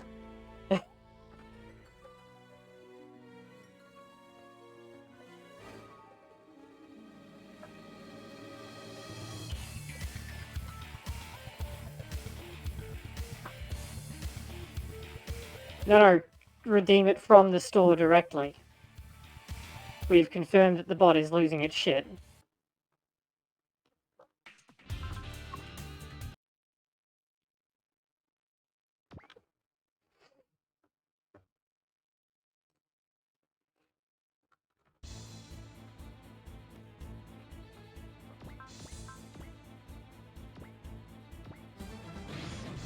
Oh, fuck me, and I skipped the animation. You know what? I'm not... I mean, it should. I don't think that the login is necessarily to do with the bot itself. Okay.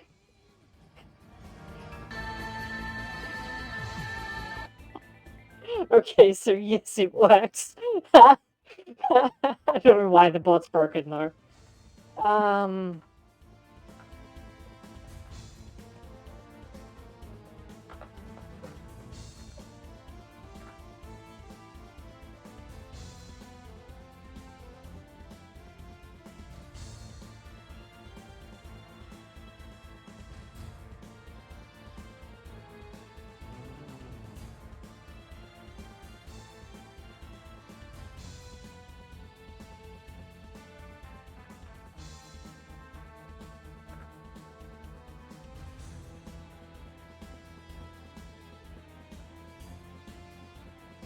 Oh, really? It was sold, was it? But you didn't bother to tell me what the fuck you did to fix it? The worst. Oh yeah, that meme is great. I need to, I hope that that's still, credited on my Twitch page properly. Yeah, here we go. They start talking about how there's no way that this is a fresh game.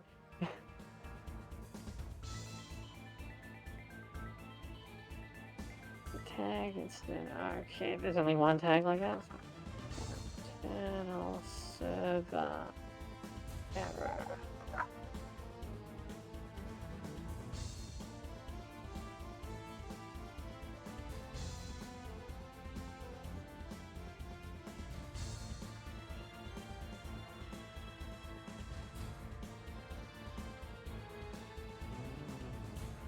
Okay, so it looks like on the Q&A board, apart from one person who was like, oh, I solved it, but didn't post any information on how, it's like exclusively them being like, please get on the Discord, so I'll have to go and sort that out later. Can you try doing a redeem on like Togemon or something from the chat and because it may be like that specific thing.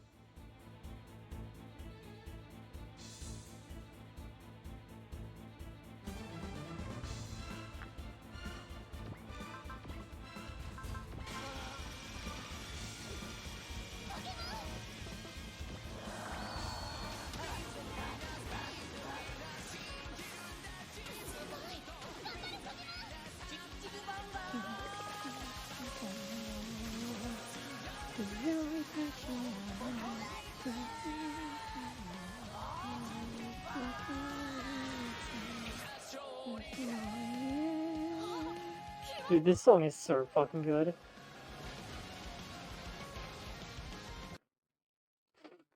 They really, it's actually too good, because it makes the theme song for Ultimate, like, not feel anywhere near as awesome. I can't believe that Togemon was the most hyped champion evolution up until Pegasusmon, and that was only because nobody was expecting that.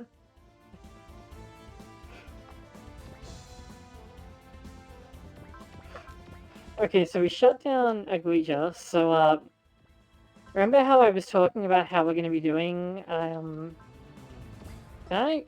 you let me? Oh, okay, it's triangle. So remember how I was talking about how it gets easier after this point? Now we basically rely exclusively on landing on like after image landing. Like that's it. That's the whole thing.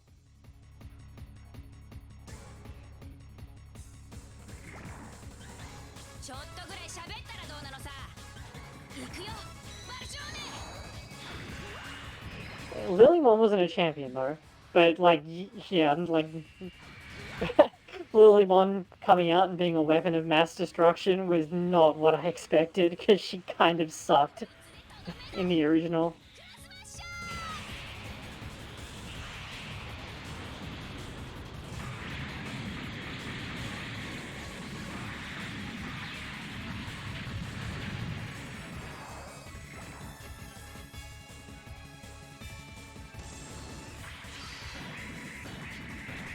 Did I save after shooting down a Glacier? Well, it doesn't matter because she double imaged it, but...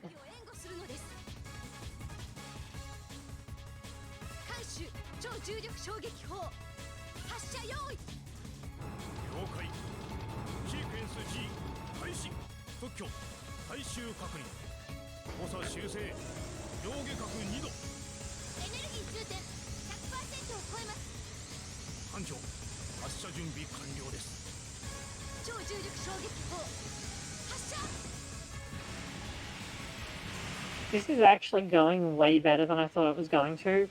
The Cyclic fight is a lot more random, but it's mostly related to actually getting double image to go off.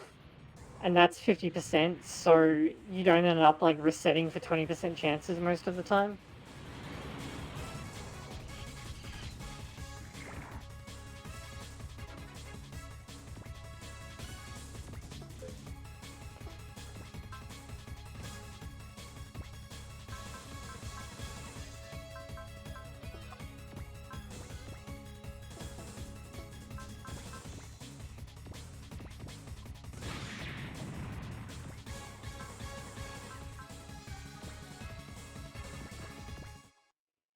So the hard part actually comes after I've beaten Cyclog. I need to get Mechaboss to move in range but not onto the White Star, and that's a little bit harder than it sounds.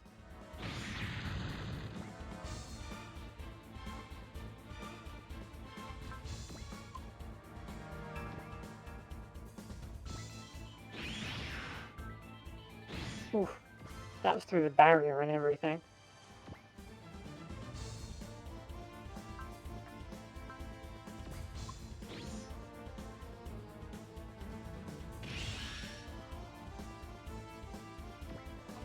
Now, do you still have cross smashes left? No, you ran out. Fortunately,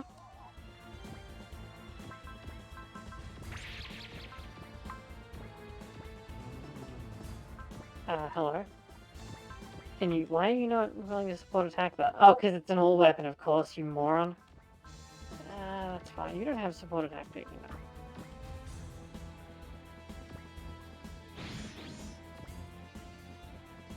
know? Okay. As you can see, we haven't even scratched Seekalog yet. Aguija fell into hitting range, fell into visible HP after 2 attacks.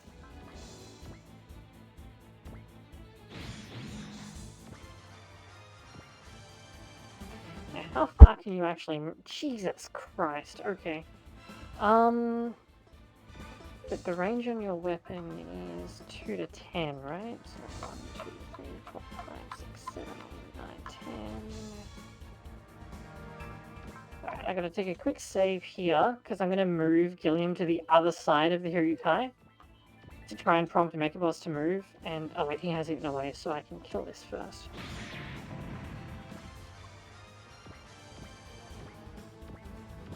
But I have to get it so that he doesn't move on to the white base spot, because if he does, then I cannot beat him at all. I can afford to shoot back at you, actually.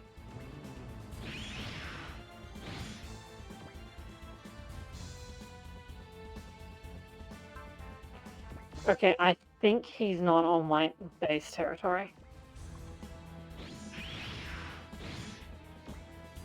Oh wow, I even hit him. Because I think that's one short of the, yeah, he's still on space terrain. Okay, so this is as perfect as it possibly can be.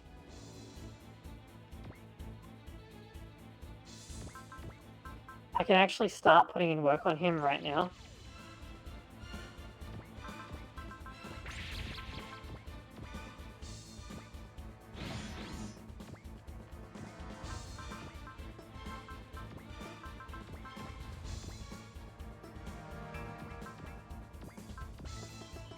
Wait, hold on, better save first.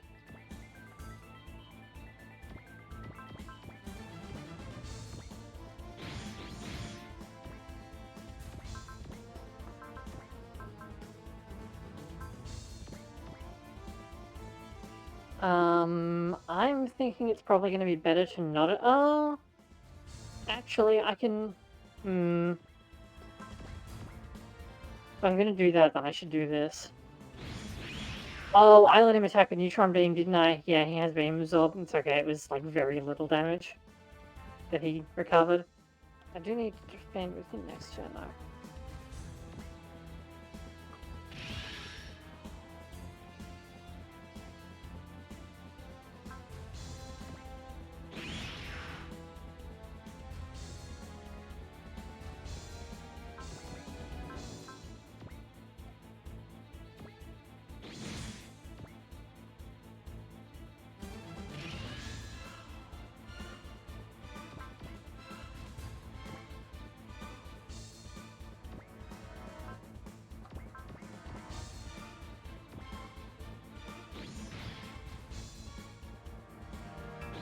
Dude, I told you. Oh, okay.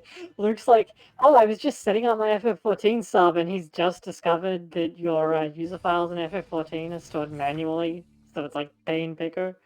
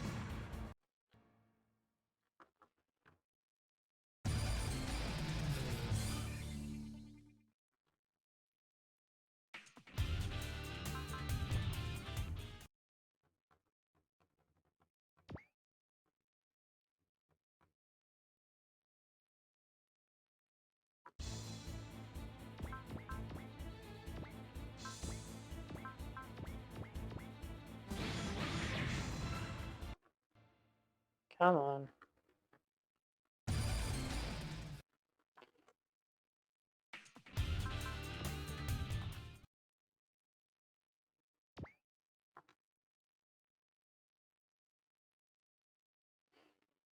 Luke, by the way, is one of the people who was who said that I should do this and then didn't bother to actually show up to support the stream.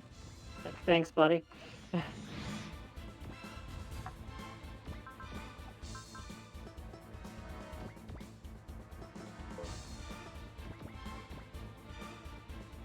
Notice that we still can't see Seekalog's HP.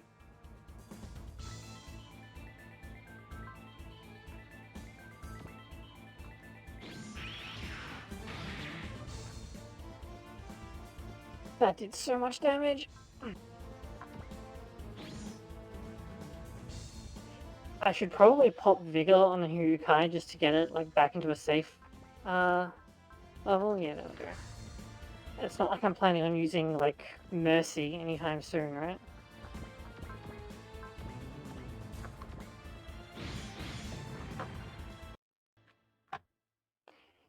I'm glad someone is. This has actually gone astonishingly well. The fact that I set up the Hyukai in advance is obviously a big help, but like my luck has actually been pretty good, which is incredibly abnormal. So tomorrow is probably gonna suck.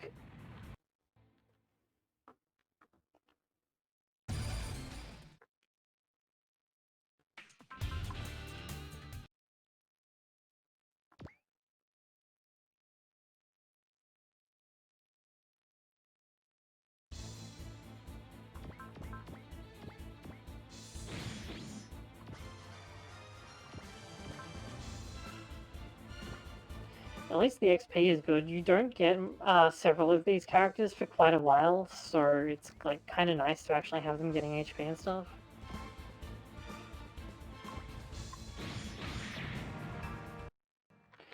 Unfortunately, as Seekalog's HP goes down, his hit rate goes higher and you become increasingly reliant on after image. So it's like coin flip and reset if you fail. It's really shit.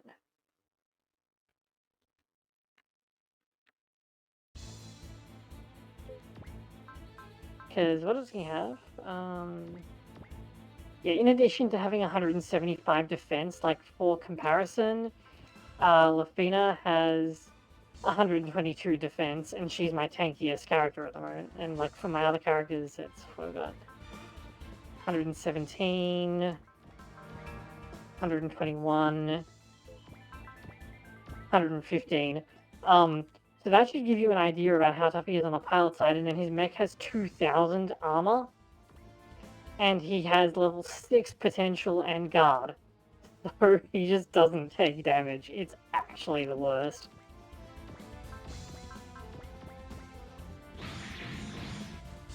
There we go. And again, notice we still cannot see his HP.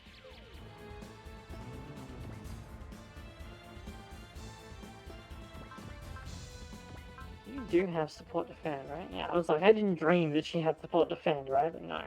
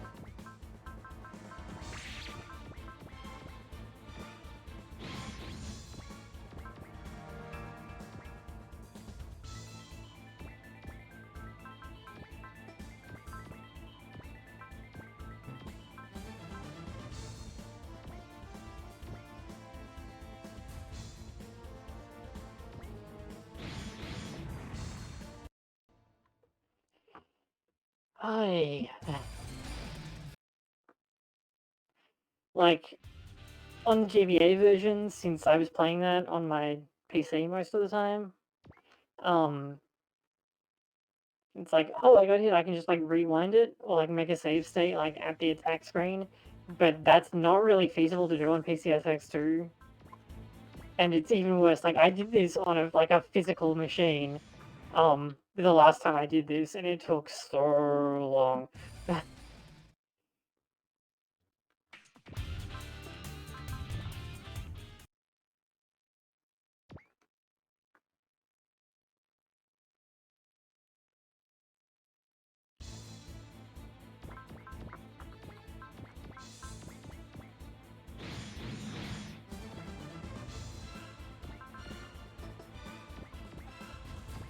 I was actually contemplating just doing it off screen and like only recording like the start and end of the map, but I thought that would be kind of boring, so here we are. You only do about 6,000, that should be fine. That was a bit more than 6,000. Support? Hello? What happened to my support defend?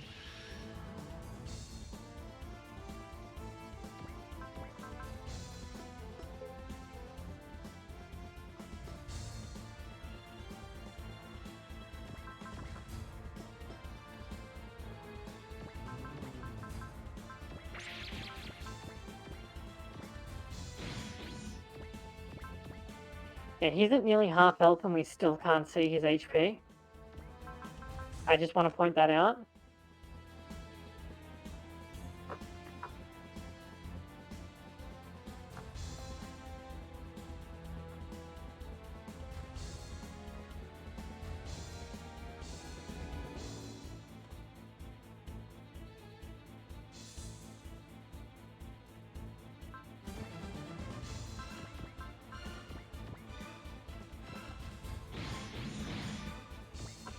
As near as I can tell, his stats are actually, aside from, I think, his level, his stats are actually basically the same as the last fight with him, which is on stage 48.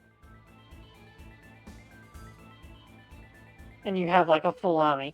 Like I said, this is not meant to be a fight that you actually sit here and win.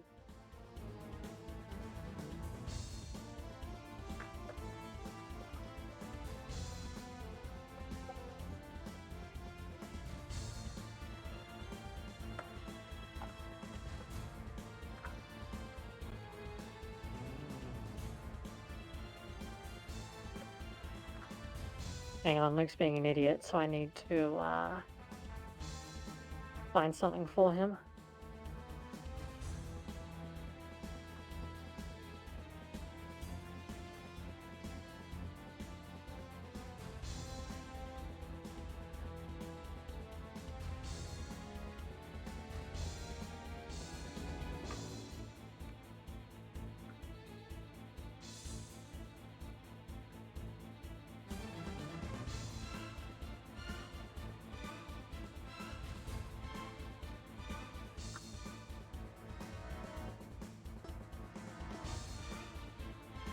There we go.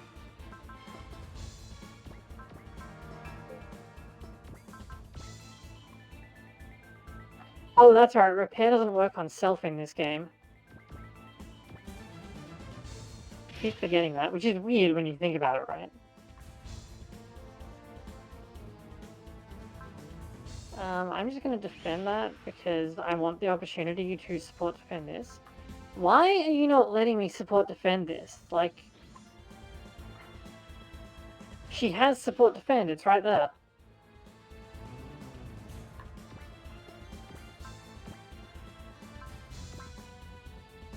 It's literally right there on her stat screen and he's sitting right next to her. What's the problem? Oh, I know what it is. Fuck, okay. This is an all attack now to try and stop you from doing exactly this, I think.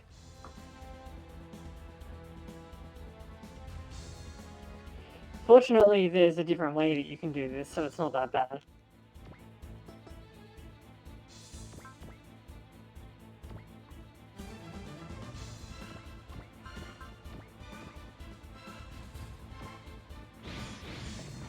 I forgot to cast Flash. Actually, you know what? I shouldn't have been casting Flash by now, because his accuracy on the letter is quite low thanks to the command bonus.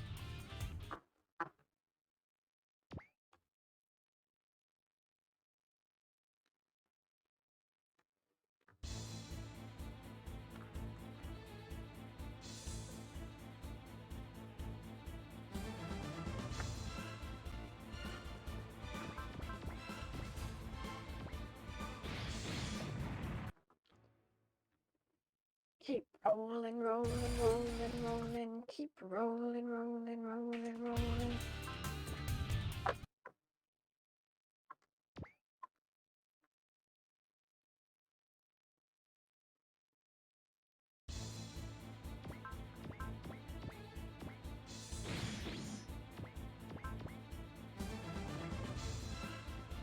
I still can't see his HP, like, it's starting to really worry me.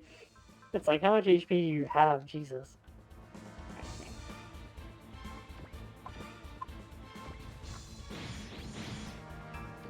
Okay, there we go.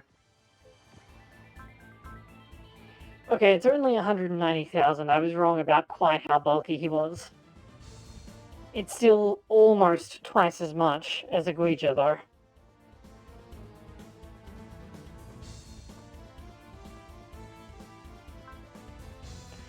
But, like, because they don't have HP regen, that's the only reason you can do this, and it's why keeping them off the white star is so important.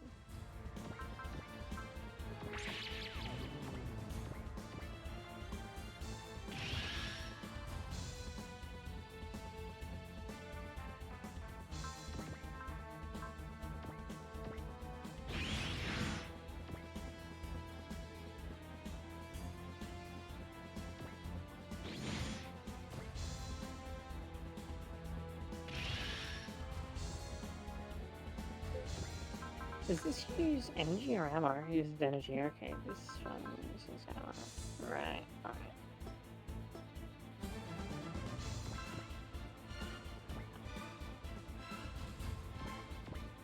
okay. That being said, like, the inspectors, generally speaking, have, like, really high stats for bosses. They are, like, noticeably more agile than most other bosses. And they tend to hit harder, but in exchange, they can't take as much damage, and I actually think that's a pretty cool trade-off.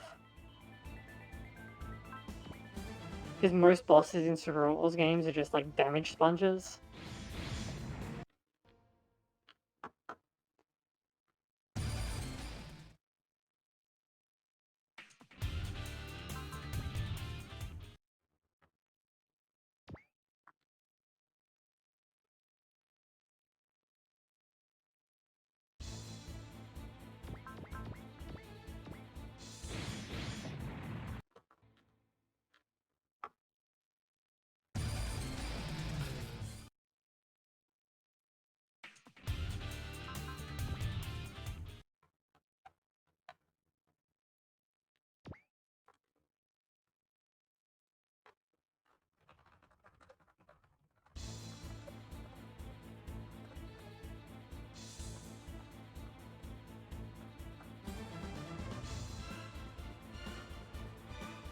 I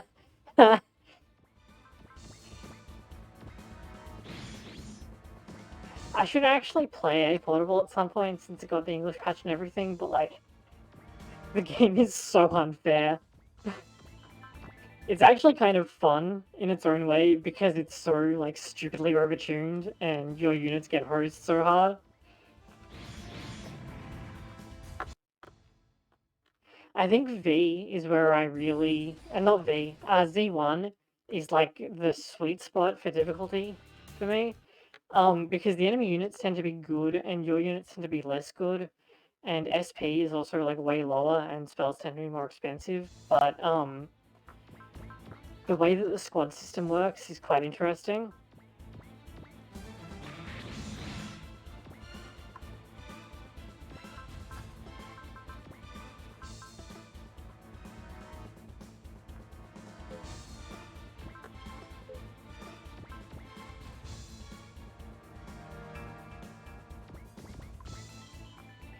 Yeah, it's not a game where you're like, easy game, easy life, and just cruise through it. Which isn't that bad, because a lot of Super Outlaws are like that, and I think it's to their detriment. But, you can really get beaten up in A Portable. And from memory, the PSP version is actually easier than the GBA version. I could be wrong about that, but, like, I've heard words to that effect.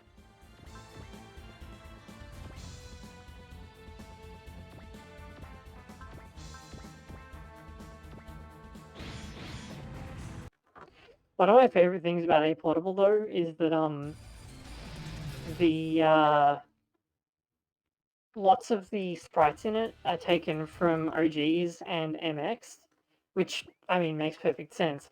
But they don't look quite right on the PSP for obvious reasons. And then you get to stuff like the Shining Gundam, which was created specifically for A Portable, like especially, I mean, for A Portable, and it looks like amazing in comparison. And then you get the God Gundam, and it feels like a downgrade because the animations aren't as good.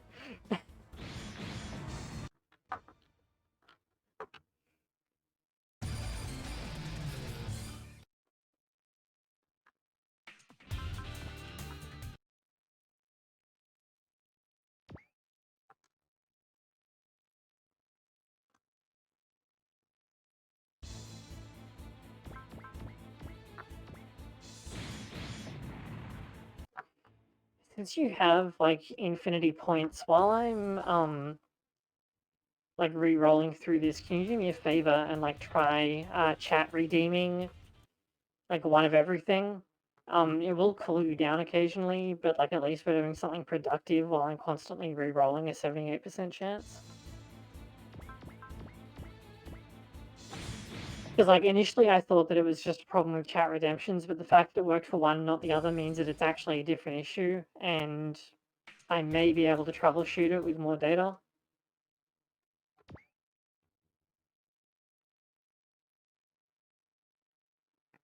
Oh, and their costs, did I say? Okay, you can use the store link to check everything though.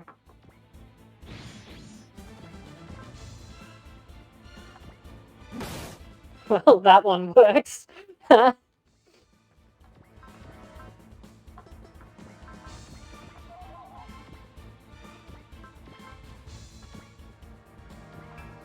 catch me. I'm the fastest thing alive. I was thinking about why so many of the radical left participate in speed running. Huh? The reason is the left's lack of work ethic. What? Go fast rather than do it right. And in a Petersonian sense, Petersonian? to elevate alternative sexual archetypes in the marketplace. Fastest hedgehog. Shadow, what the fuck are you talking about? A beta male son. God, that guy's Shadow impression is so good. Like, I would swear it's the actual voice actor, except that it's better acted.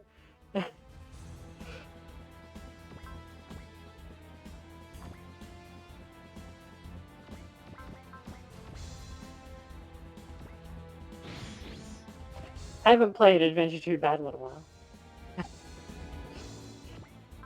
I do have the PC version lying around, but actually getting it to run is like really shit.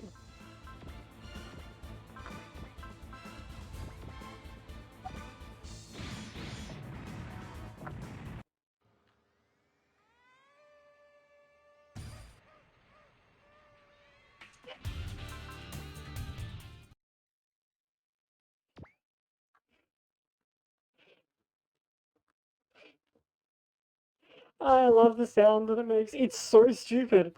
Because, like, in the Japanese version, it sounds perfectly fine, and then in the dub, it's this, like...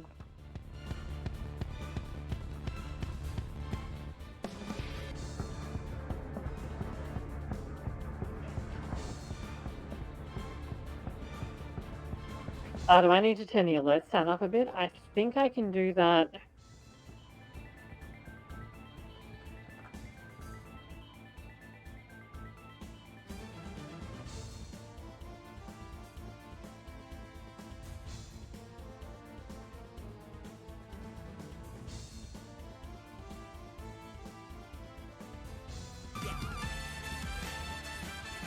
You can hear that one.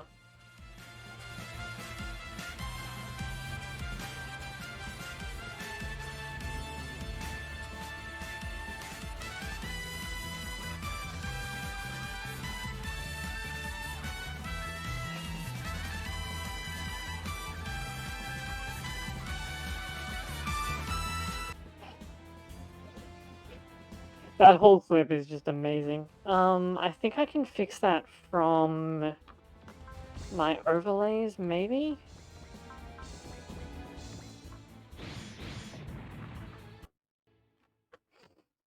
Yeah. What I can do is I can like take the clip and... Oh, now it works. And it even gave you an alert. Okay, maybe that's really weird. Hold on, wait, why did that one give you an alert?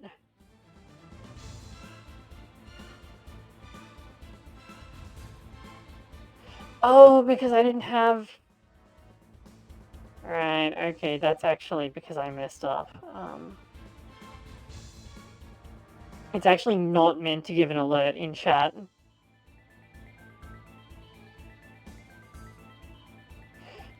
I could set it to do that, but I got concerned that it would, like, kind of spam out the chat a bit, but... no, I think it's fine. Let me turn those on then so that we get some feedback.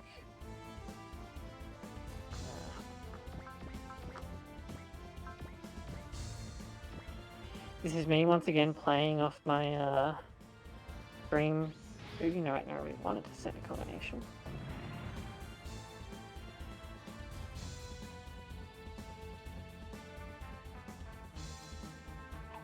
Lune plays. Wait, does she not have dialogue for when she gets shot down? Have I just missed that every single time?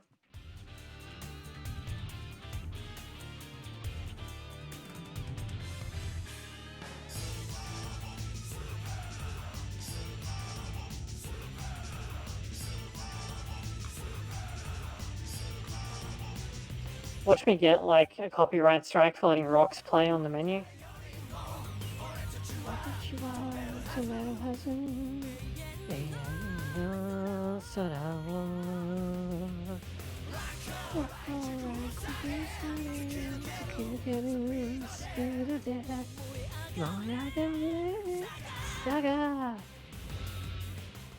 Man, I used to be able to go that high really easily.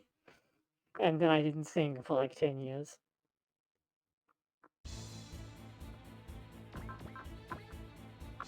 Okay. Well, at least we got something productive done.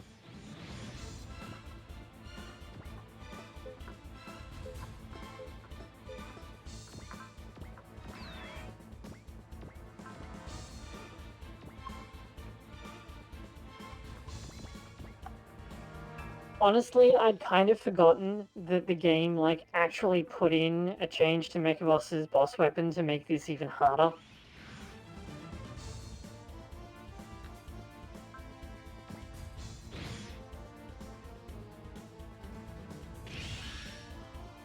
But it should be okay. Okay, now we can save again.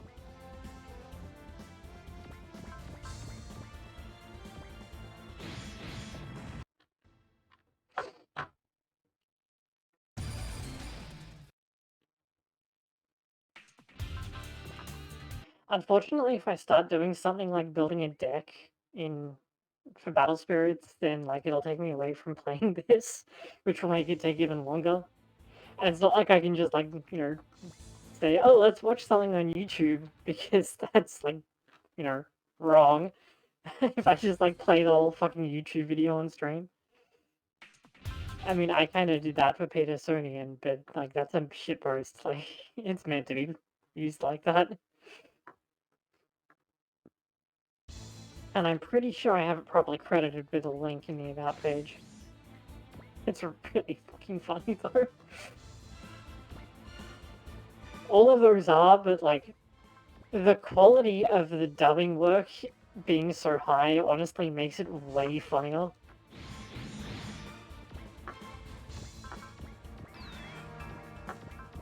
Like, it's one thing to make a stupid shitpost, it's another thing when the quality value is, like, approaching or exceeding the actual game.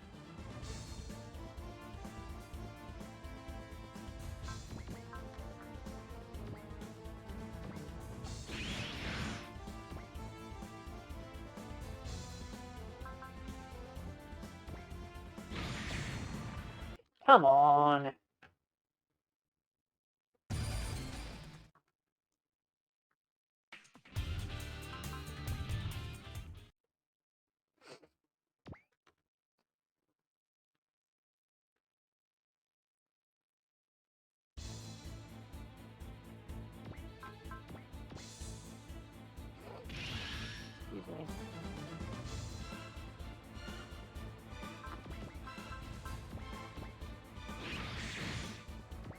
Oh, that was bad. That was a crit. Okay.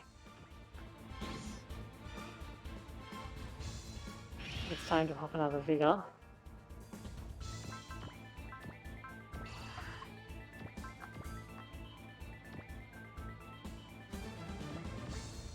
Actually, does one of you know Bless? Oh, you do.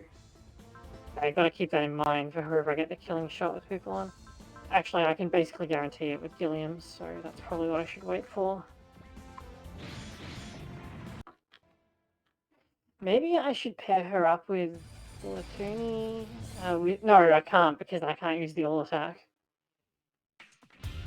The Graviton Launcher being an all weapon is also kind of frustrating because this is an odd thing to say, but it is while it makes this a little bit harder because you can't support attack Valletta, the primary thing that making the Graviton Launcher an all weapon does is actually nerf Ibis, which is kind of a weird thing to say. Ibis is kind of unspectacular in this game, and by unspectacular I mean she kind of sucks. However, she is the only pilot in the game who will naturally reach support attack level 4. So one of the biggest reasons that people had for using her was that you could equip her, you could ignore her as a unit basically entirely, and equip her with the Graviton Rifle, and just put all of the stuff, all the money that you would normally put into her mech into upgrading the Graviton Launcher, and then use her as a support attack bot, which is incredibly powerful. Since it's an all weapon, you can't really do that anymore.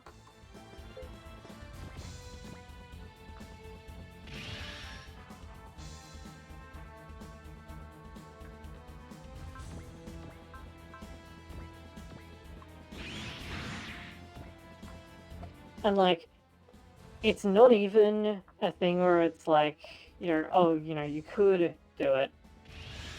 Or like, oh, maybe they made Ibis up. So all weapons hit, if there's 2 units and a twin unit, then all attacks hit both of them. If I remember correctly, there's not a direct penalty for using an all attack in this game. Normally all attacks have a damage penalty. But that's because there's a damage penalty applied if a unit is attacking a unit that is not its match in a twin unit. So if the unit is the only unit you have and you attack into a twin unit, there's the main unit and the sub-unit, and you take a damage penalty if you attack the sub-unit. Similarly, if you have a twin unit and the main unit attacks their sub-unit and your sub-unit attacks their main unit, then they'll take damage penalties. It also means that all weapons can't be support attacked or support defended. This is important. And they can't be used for support attacking either.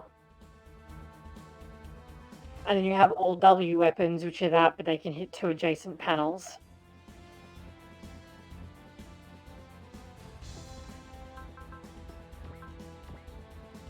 So yeah, the primary damage is that Ibis is hurt.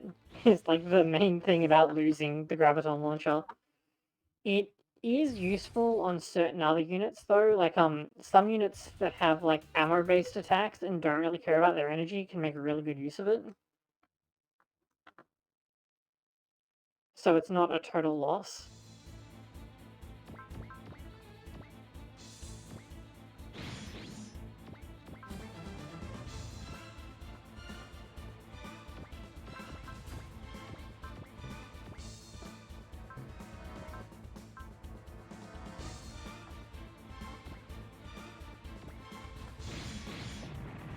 Yeah. Seekerlog is now approaching 100% hit chance on Rune, and so it's now a 4% chance to dodge or after image, or she dies because it's a 1-hit kill.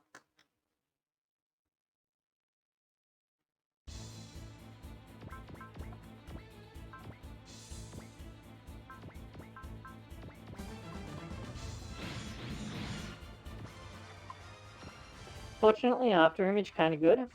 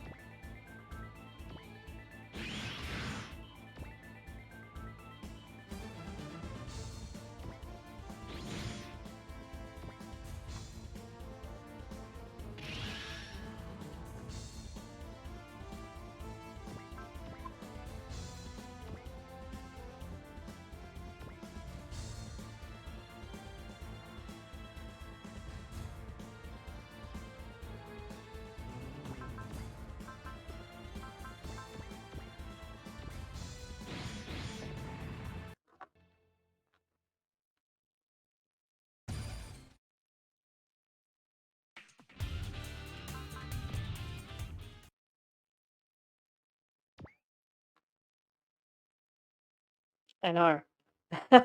Remember, I've beaten V 3 times, and 2 of them I did on stream.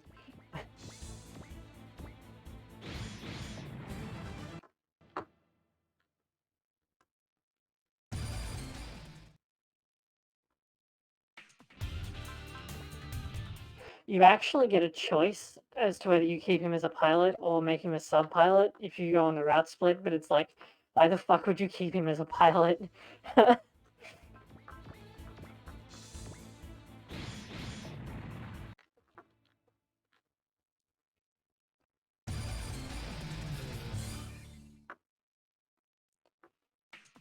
G Generation Advance has a similar thing where, like, in the late game, after you resolve the Shah's counterattack stuff, Shah joins you, and you get to choose whether you take him as a pilot or a ship captain, and, like, it seems redundant, but you have so many good pilots by that point in the game, especially if you've been doing, like, all of the side stories.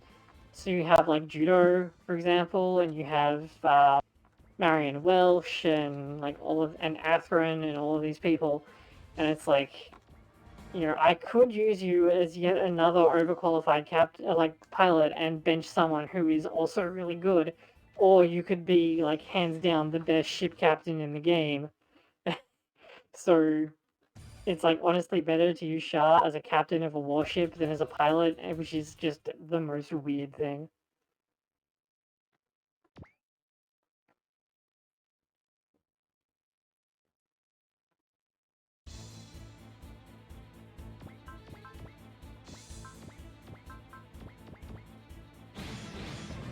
Well, you know, we never actually see him do any, like, ship captaining, because he usually goes out and delegates it to, like, his XO, who is the actual captain of the ship that he's running on.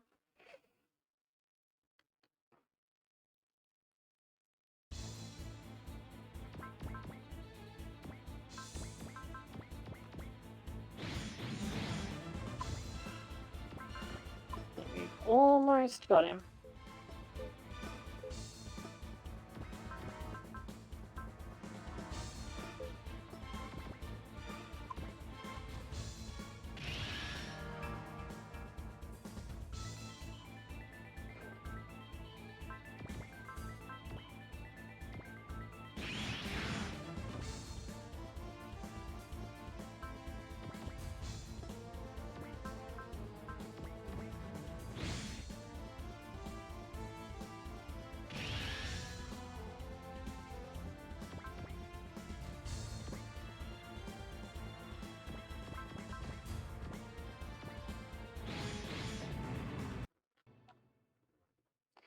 You can see the huge advantage that having the Graviton launcher gives you, though.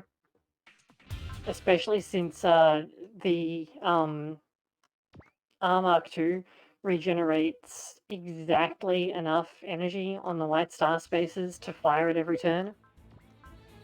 Because it costs 40 energy, and she recovers... How much energy does it have? 120, and it's 30%, so she recovers 40... Slightly under 40 every turn, actually. Is it slightly under 40? 40, 80, 120... Yes, it would be 33 and a bit percent if it was exactly 1/3, so... Yeah, that's fair. I have never actually got around to watching Zeta. I think the new translation movies are actually on Netflix, but apparently they're not very good, apart from the animation, which is stellar.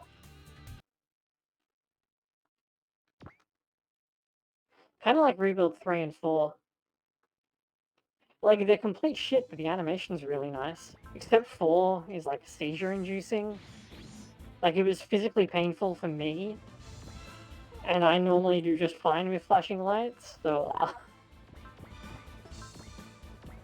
I strongly advise you to not watch it. Like, for a pragmatic reason in addition to it being shit.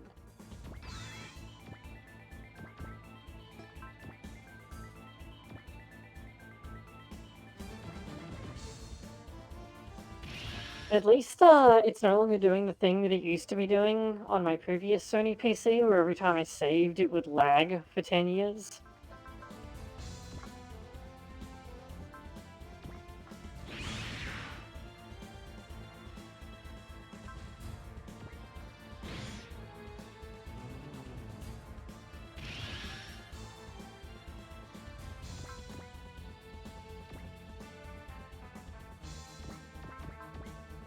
Because, like, imagine doing this, but it's like that. Okay, I'm just gonna start. Actually, no. How many flashes do you have left? Just one. I'm gonna need to actually roll on this, because there's a good chance that I will not actually do enough damage to kill him this turn, because of potential level 6.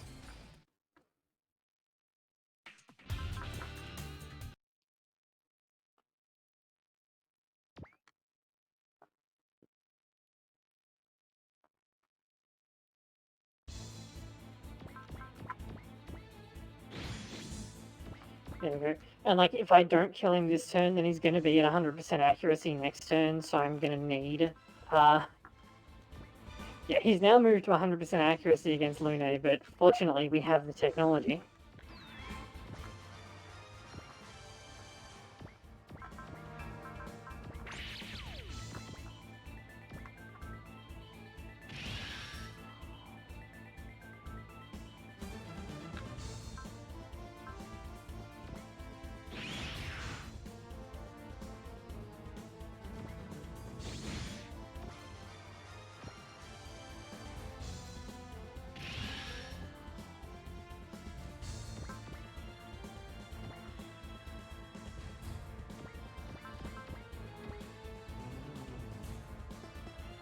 Okay, he's not going to make it to next turn, so I can flash freely on this one.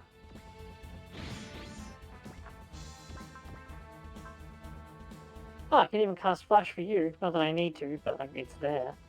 You know what I should do though? I should cast Bless and get money out of it.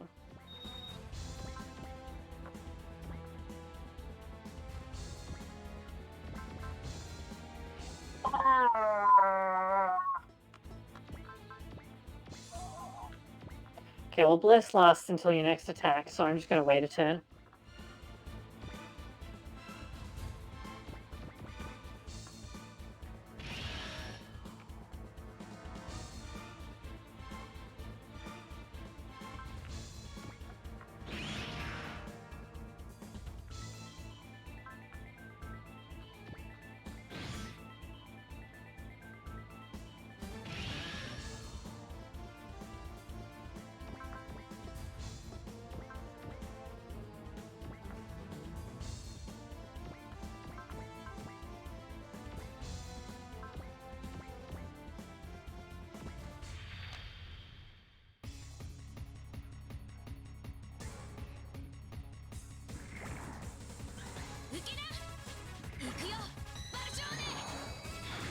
Okay, so this should do enough damage to kill.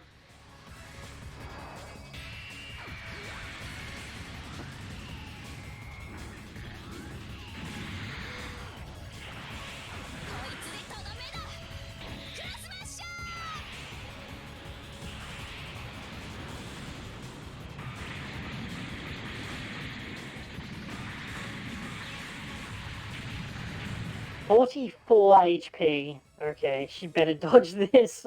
I should have cast Flash after all.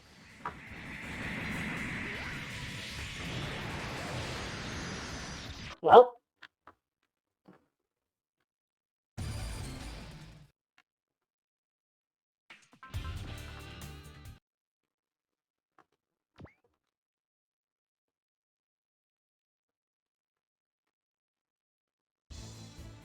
I'll just cast Flash this time and force it in. I can, like, if it doesn't... Like, it procs there, but whatever. Like, there you go. So there's a cool 30,000 funds. Plus whatever he drops. Which is something good. What do you have equipped? Nothing, okay. So, this is where the fun part of the map begins.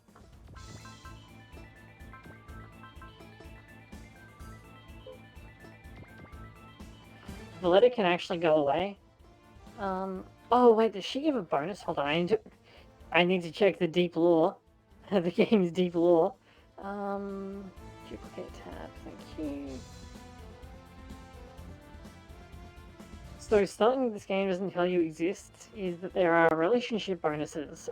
J, I think, is the only game that tells you about these because it has a little icon for it on when you select a unit.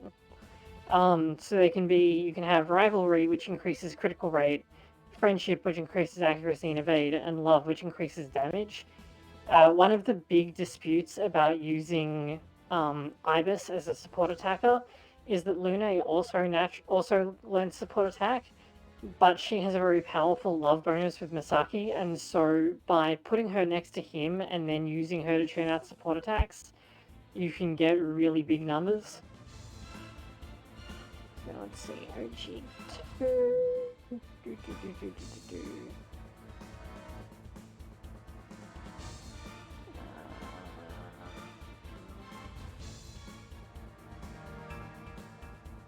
Gilliam has friendship. Oh, he actually loses his friendship with Valletta going from OG1 to OG2. Okay, sick. How about Valletta? Nope. Rip. Okay.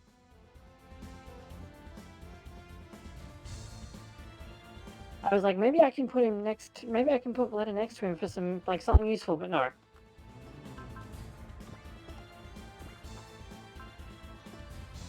Actually, you know what I can do is just join her up with.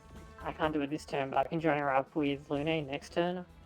Because I don't think his all attack hits at range 1. It doesn't, yeah. Okay.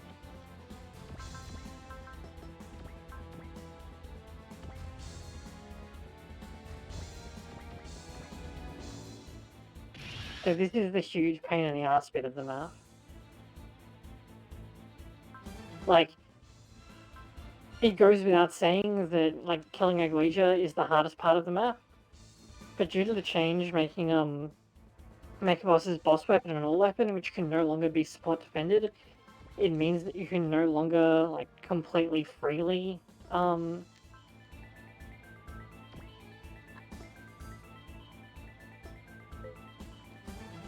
You know what? I don't think that's worthwhile.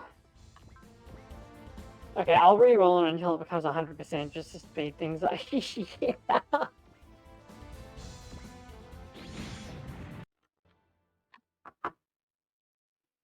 I may not actually gain any real time by doing this, is the issue. Because of the amount of re-rolling involved. Yeah, it's probably easy to just checkmate him.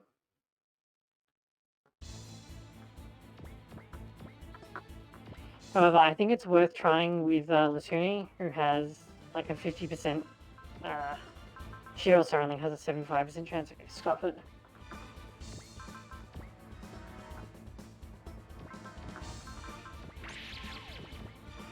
So here's the trick, right? Gilliam gets SP regen, and he has access to Sense, which combines Strike with Alert. So, and Mechaboss will always target Gilliam, so you cast Sense and pass your turn, and then Mechaboss attacks Gilliam, but Alert is up, so Gilliam can't get hit, and he has Strike up, so he'll always hit Mechaboss. And so you just slowly grind him down this way. And like, there's nothing the game can do about it.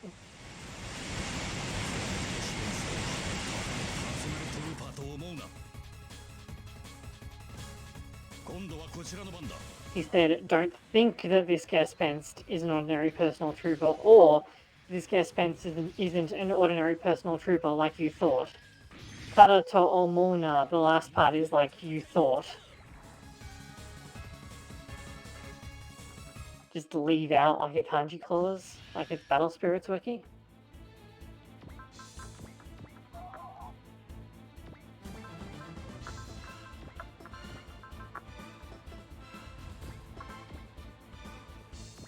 Yeah, this is what the rest of the map looks like. I like wait for a few turns, and then Gilliam gets enough SP to cast Sense. So I cast Sense, and then I hit Mechaboss, and then we do this again. Like, forever. That's the entire rest of the map.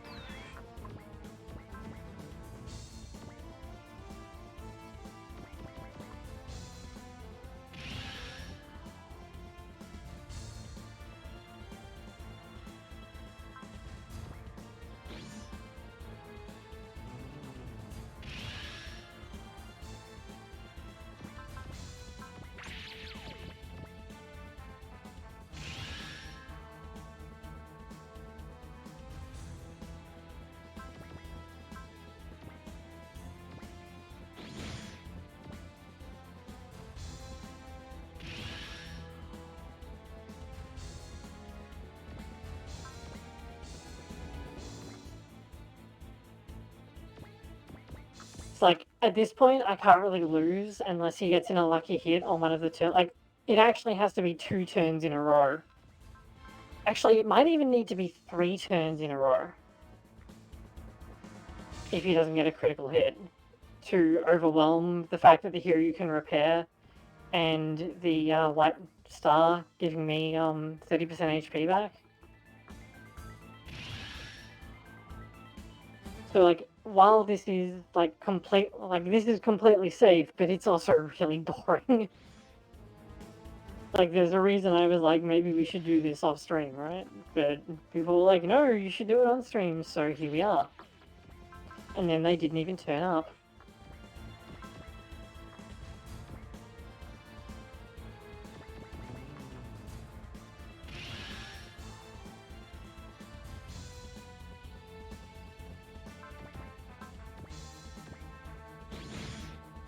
Oh, hey Shad, how's it going? You joined at like the worst possible time. I mean, the most boring part of like the most boring secret in the game.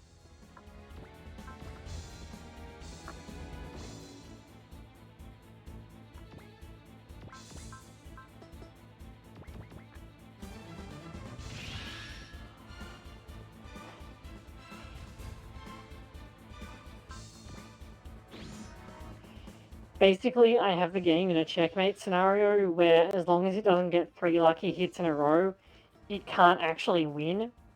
Because I'm fighting 3 boss enemies that are like from the end of the game, and this is like halfway through the game. And so you're meant to just run away from them, but you can beat them for really good items. And, while that's cool and all, this part of it literally just just boils down to every 3 turns I hit him for scratch damage that he doesn't heal, and there's nothing they can do about it.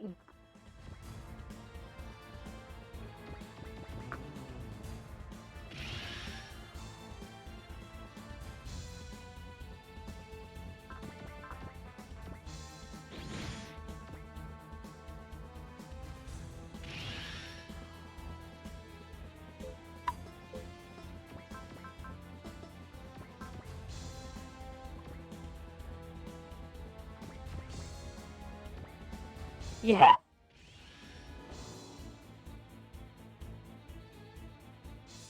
You super are not meant to win this fight. The game tells you repeatedly that you can't win and you should just run, and in fact, even if you beat them, the victory condition still requires you to leave to the edge of the map. And the story doesn't change or anything. But if you do beat them, it rewards you with a bunch of really powerful items, and the message that plays is directly addressed to the player, not to the characters, where they're like, dude, are you serious? Like, you actually sit there and did this?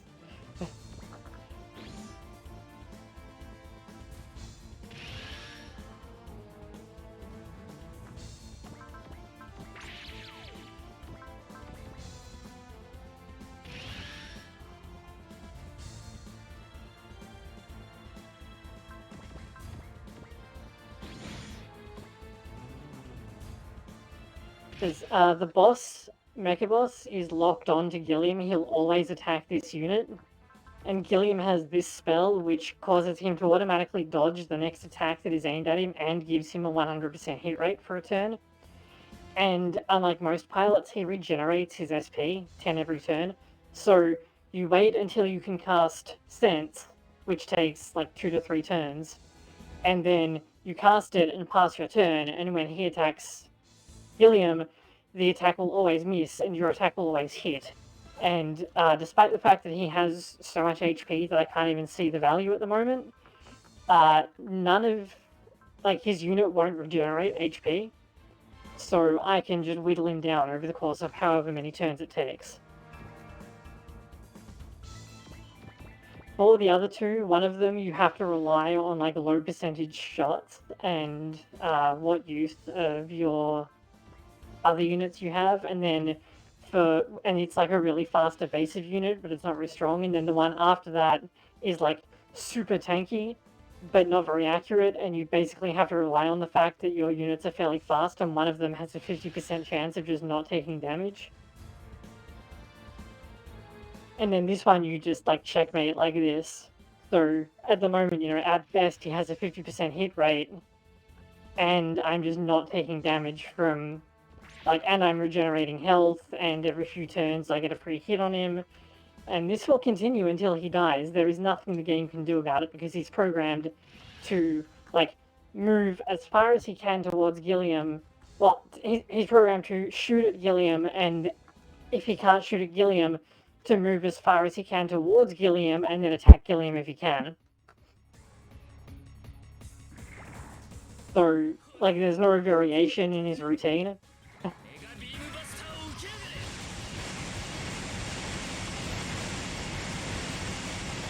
地球人の力を甘く見ないでもらおうか。 They actually changed Mechaboss's most powerful weapon to make this strategy harder to do.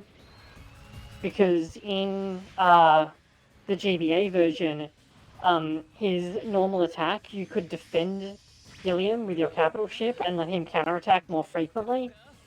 But you can't do that in this game because his weapon has a property that doesn't allow it to be support defended. So... But despite that, here we are, because I asked my Discord if they wanted me to stream this, even though I was like, oh yeah, this is really boring, but I can do it. And they were like, do it! I had, only positive votes telling me to do it. And then nobody turned up. Okay, Gilliam no longer survives by defending, so now I have to start evading.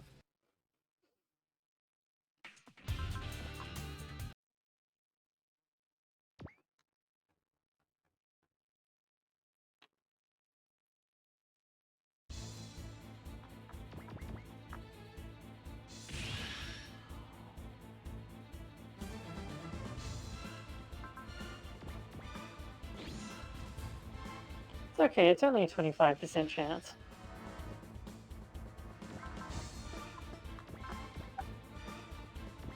For now. It will go up as the boss's HP goes down.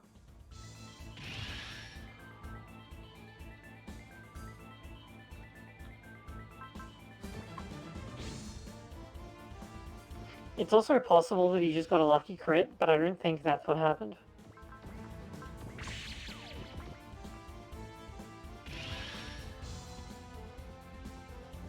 I've done this, a few too many times. Many times on GBA, and I did it on an actual hardware PS3.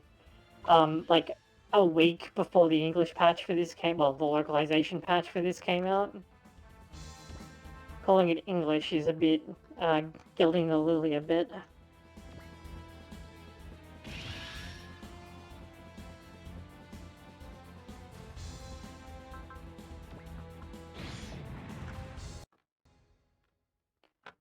Okay, no, it's not that I had no dialogue, it's just that I was soft resetting too quickly.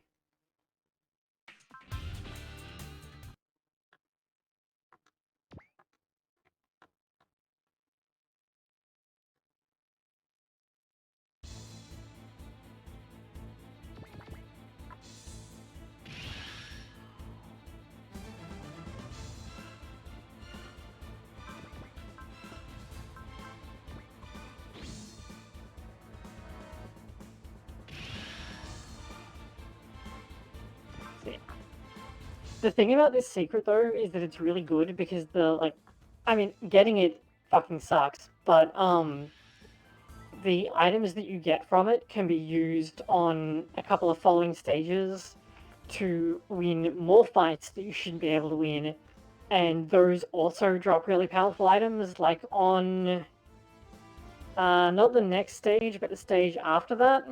Excuse me. One of your characters has a duel with their partner who is also way better than they are. Ah, the Gespenst Mark 1. It's the first actually useful combat robot ever made. It's really sick. I really like the rabbit ears Gespenst designs that look kind of like Patlabor.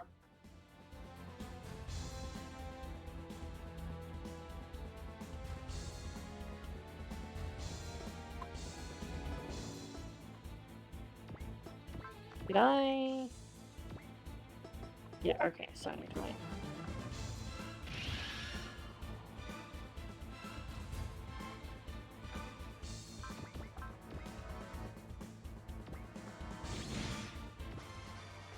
Unfortunately, I can't spend, like, normally I would play animations a fair bit, but, like, I've already been doing this one thing for about 2 hours. So I don't really want to, like, spend too much time with the animations on and take up even more time.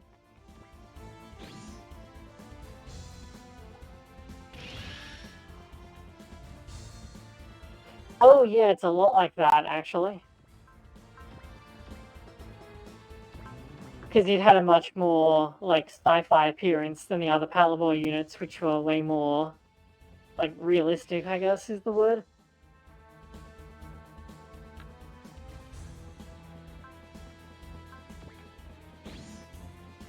Sadly, I'm pretty sure the only game, like, Super Robot Wars game they put Patlabor in was, the PSP game that was, like, a service game. Oh yeah. On a GBA, I would be playing at like max speed up and, you know, rewinding and using save states and stuff, but I can't really do that feasibly.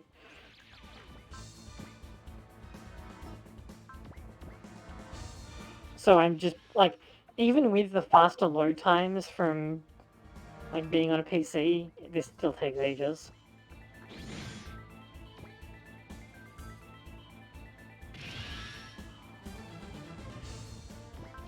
I'm not sure, but I'm actually just, I think that the person who did a lot of the designs for Patlabor may have actually worked on the guest pants. Like, it's either that or it's a really, like, dedicated homage. Yep. Because the rabbit ears are just such a giveaway.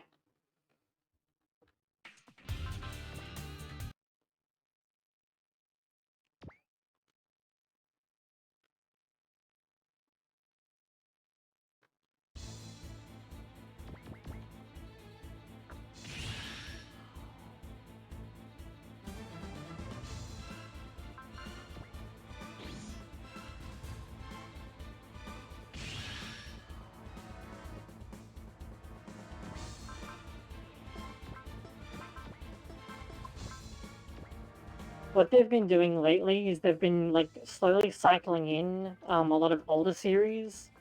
Like, Go Tetsujin 28. Was it Tetsujin 28 Go? This is, so the original Generations games, because Super Robot Wars games are normally crossover games, but what they started doing from Super Robot Wars 2 onwards was they began including original characters to like help like tie the crossover setting together. And then they had enough original characters. They were like, what if we put all of the original characters in a crossover game, but with just our original characters? And that's what the OG's games are. So, like, you have like off-brand Gundams, but no actual Gundams. Like, they've been putting in a lot of older stuff at the moment, and some of it has been like really fucking obscure. And I'm just waiting for them to put in something like Red Baron that nobody out like in the West knows except for like you and me.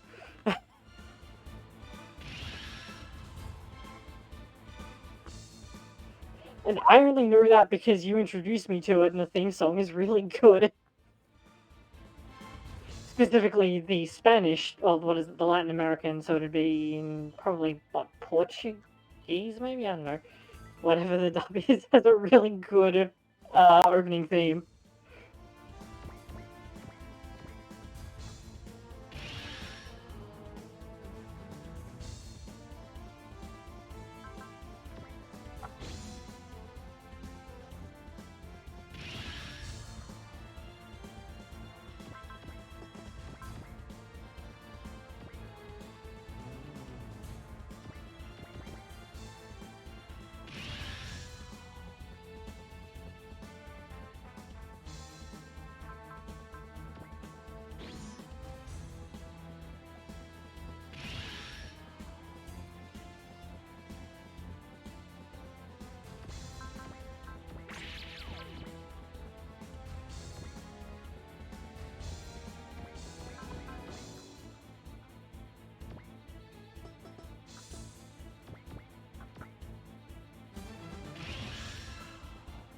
I was never good at getting up that early. Like, the only thing that made me roll out of bed early was SWAT cats.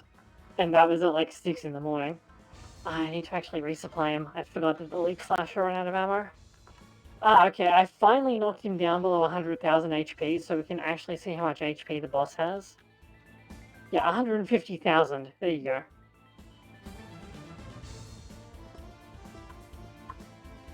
So yeah, there you go.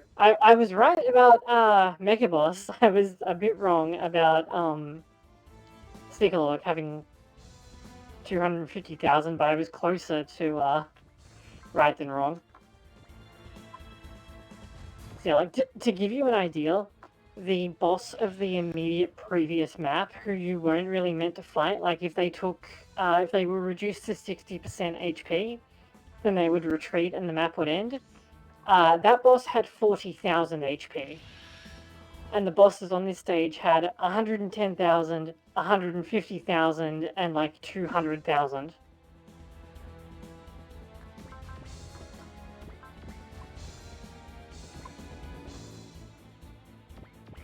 And also your only units are 4 event units, and you can only have upgraded one of them before this stage. And it was several maps ago, so if you didn't know about this in advance and weren't upgrading things, you'd have no clue.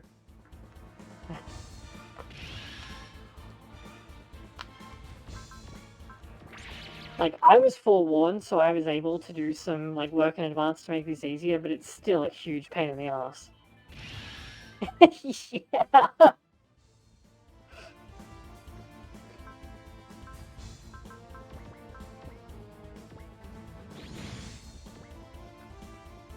And then, like, I'm doing like 2,000 damage per.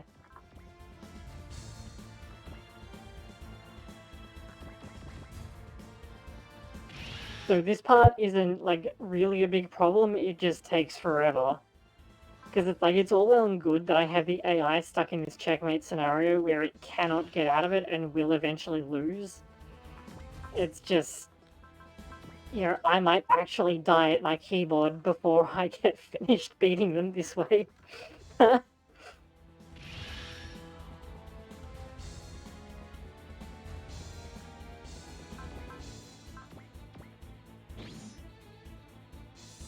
What makes it even crazier is that, like, okay, it was faster in, like, turn times to do this on the GBA version, because you could support defend Gilliam and just shoot every turn and not worry about it.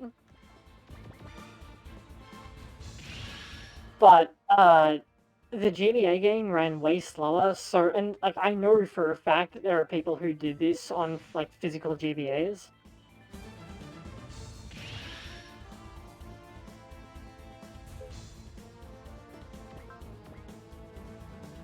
And it would have taken even longer than this is.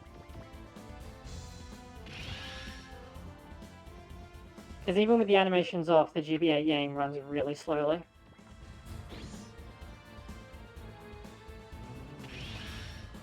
Like, it's to the point where in the GBA version, it's actually faster to watch, like, to start watching the animation and then skip it, than it is to actually skip the turn the animations off.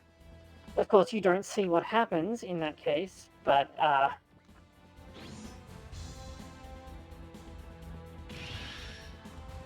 that may be a small price to pay.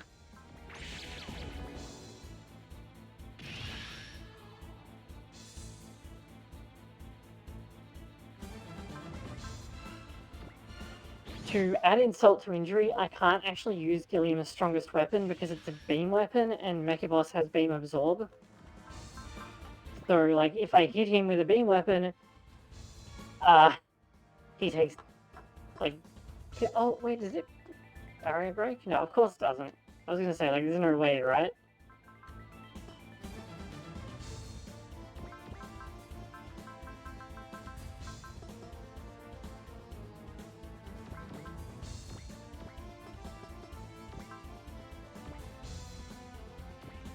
Technically, I could speed it up by, like, shooting at him on my turn, but, that's not really a winning proposition. I'd probably lose more real time trying that than I would gain by doing like slightly more damage. Because every time he hits me, I have to reset, and he has a 78% chance to hit.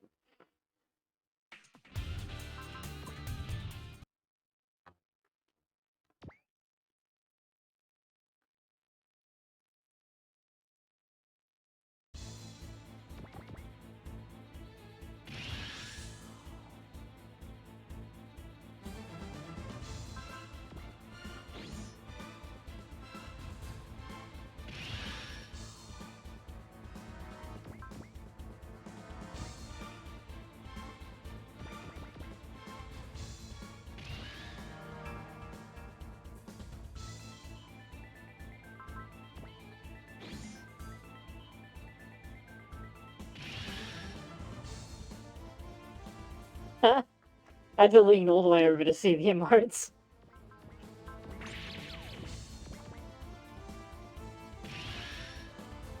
What the fuck, Google? What is that subtitle that you just gave me?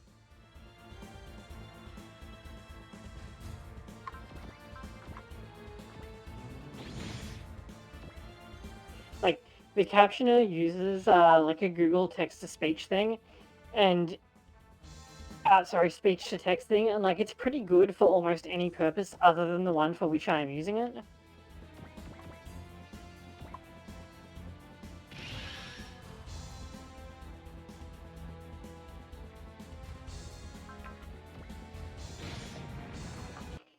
But sometimes it's really funny what it comes up with.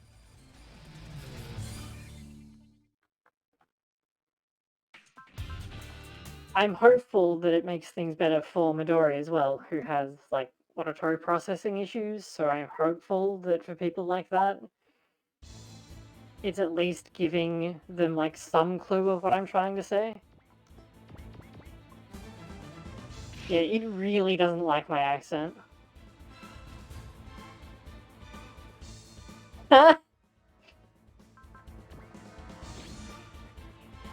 Warning, do not fist android girls.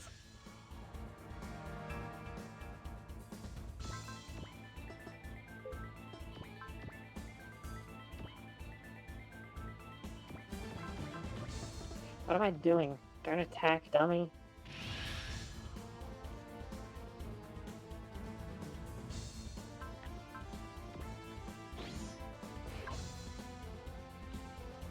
Why am I beeping?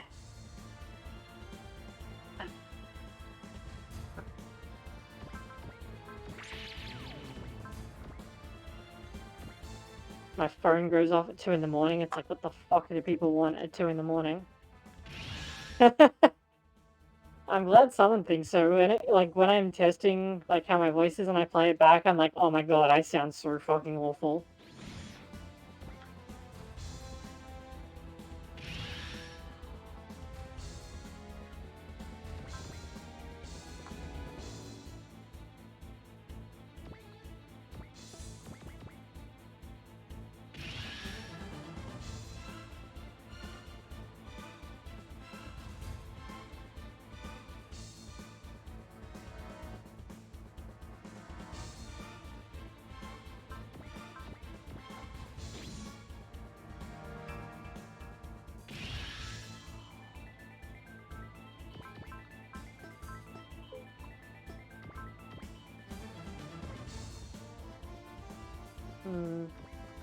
You know, I wonder if I could speed this up a little bit by using... What's your chances of hitting? Oh, literally nothing. Okay. Oh, but Gilliam's chances aren't bad. I wonder if that's worthwhile. Like, sneak in some extra damage. Probably couldn't hurt, because it's not like he's gonna do... Oh crap, I'm gonna sneeze.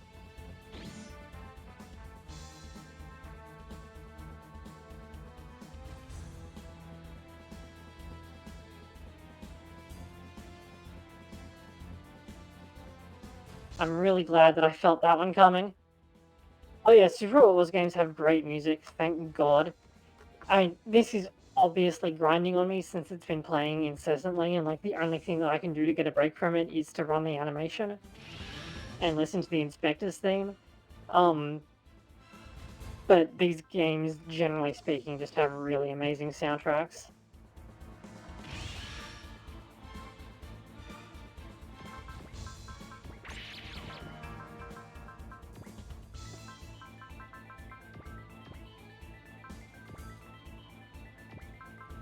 Not the neutron beam, use this. Oh wow, the Hyukai actually hit him.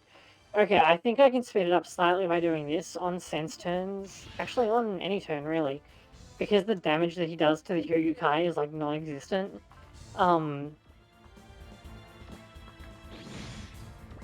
Thanks to its barrier and being on a defensive panel. Gangan Leo. Yeah, I mean, it does get on your nerves eventually, but that track is really funny to me for a lot of reasons, and it's really fitting for the mech that it's in. If I remember rightly, that was composed by the same guy that did the Baron Doban theme for Alpha 3, you know, Warekosowa, Warekosowa, Baran Doban, ba, ba. It's like the best song in the game. It's like, and it's on this random mini boss who is like only related to one character. There is absolutely no reason for it to be as good as it is.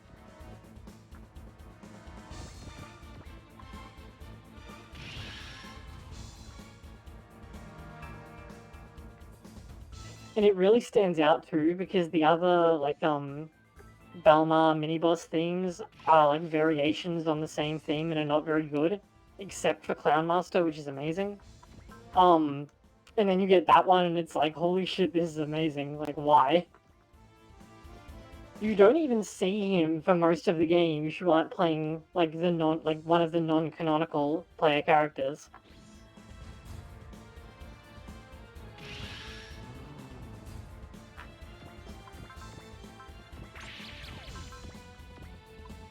You know, I can throw a bullseye and do this and do support. I forgot to resupply him. It's fine. I cast bullseye, so I've got to use it. Let's actually watch the animation so that we can appreciate some music that isn't the map theme for a little bit. 監修超重力衝撃砲発射用意了解シークエンス G 開始即挙回収確認誤差修正上下角2度エネルギー充填 100% を超えます艦長発射準備完了です超重力衝撃砲発射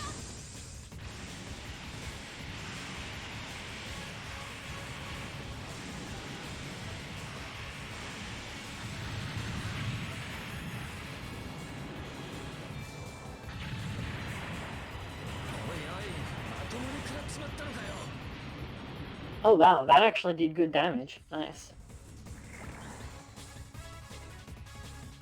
お前らじゃ俺には勝てないのさ挨拶代わりだフォトンビームを取っときな You can see why I've been skipping the animations though, like we only added like this is one attack and it's already taken like two entire turn cycles. 総称は警備のようです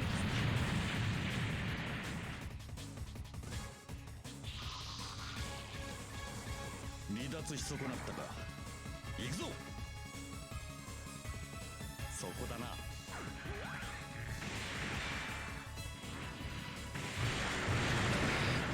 意外にダメージでかいな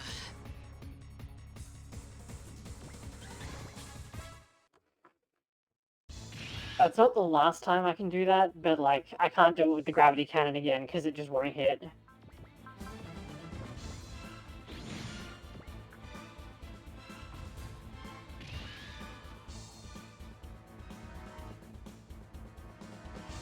You're talking about Stanger. I'm thinking. That's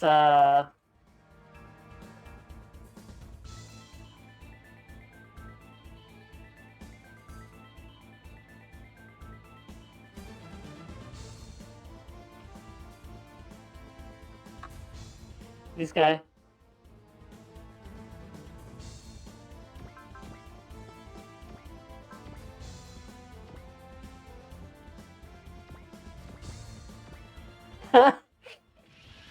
Is it bad that I remembered that from like 20 years ago?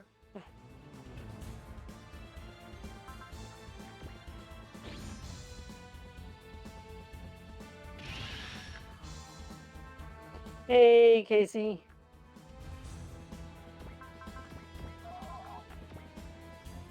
I'm doing the worst secret in the game, and you've showed up at like the literal most boring part of it.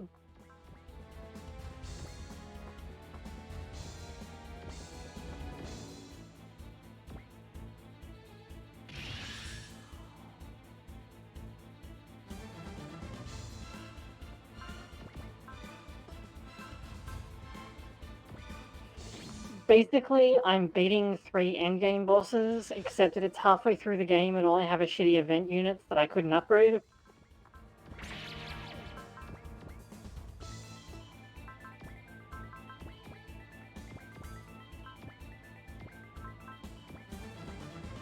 Yeah, these bosses have their endgame stats from stage 48, and this is like stage 22. But because of the way their AI works, I basically, having like fought down the first 2, I now have the game in a checkmate scenario where it can no longer beat me, but it will take a while for me to beat it.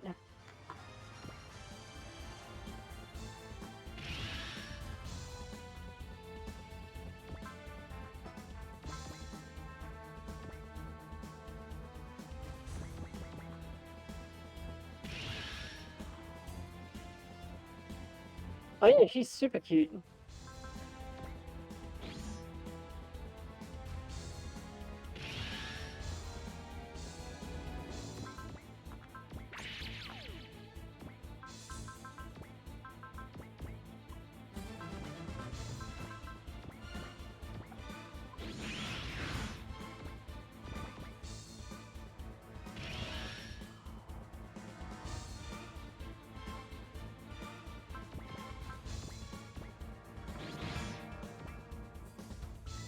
This isn't a game where you pick your capital ships either, so, the routes that I take 2 routes with the Hyukai and 1 with the Hagane.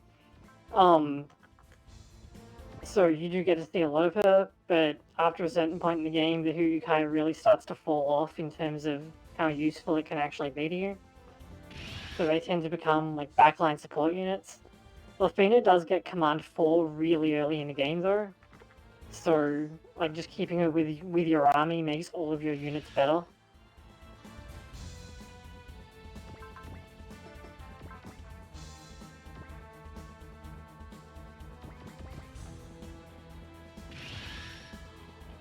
Okay, Casey, to give you an idea, I did 1 stage before this, which took about 45 minutes.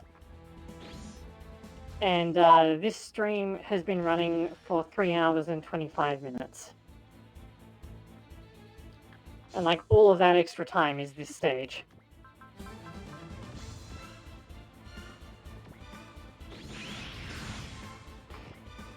I'm an idiot, and I forgot that I needed to use Leap Slasher instead. It looks like Neutron Beam does pierce barriers for some reason, though, even though it doesn't say that it does. Oh no, it does say trait barrier pierce. Oh shit, I'm stupid. It has barrier pierce, so you can actually use Neutron Beam now. Okay, I'm gonna turn it on because its animation's cool. I can't believe I didn't notice that.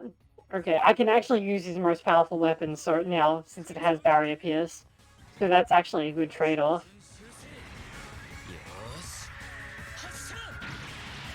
I'm really dumb. I should have been doing this from the start. That would have made it much faster.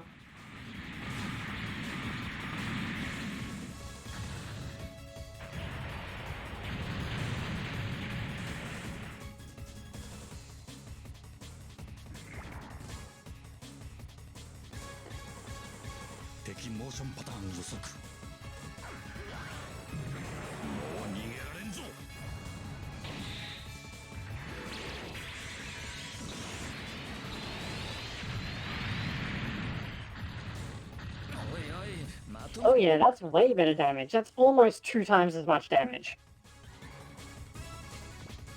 This one is a PS2 game, but it got an English localization patch last year. It's not a very good patch, but lots of people haven't played this game in English, so I thought I would stream it in English. This is Original Generations, which came out in 2007. It's a remake of the two Game Boy Advance Original Generation games, with like updated systems and an expanded story and stuff.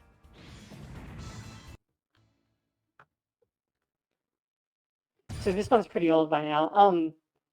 When I was living at the Hell House, I was playing this game's direct sequel sometimes when we were on Skype chat, like long ago.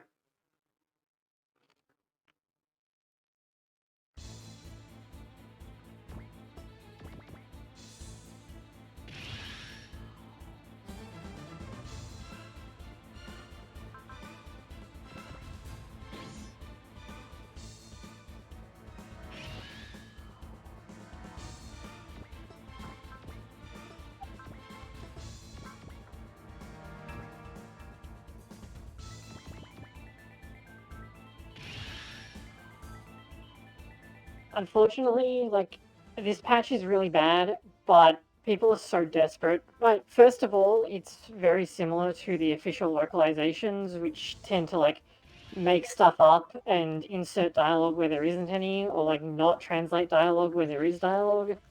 But also people are just so desperate for, like, translated Super Robot Wars that they don't care about the quality of a localization patch. So even though this is really terrible, nobody is complaining about it that I've seen except like me. And in response to any complaints, like what they did was in response to getting a negative review on the patch page, they then proceeded to like reverse review bomb the patch page with people from their Discord so that it would drown out the one bad review.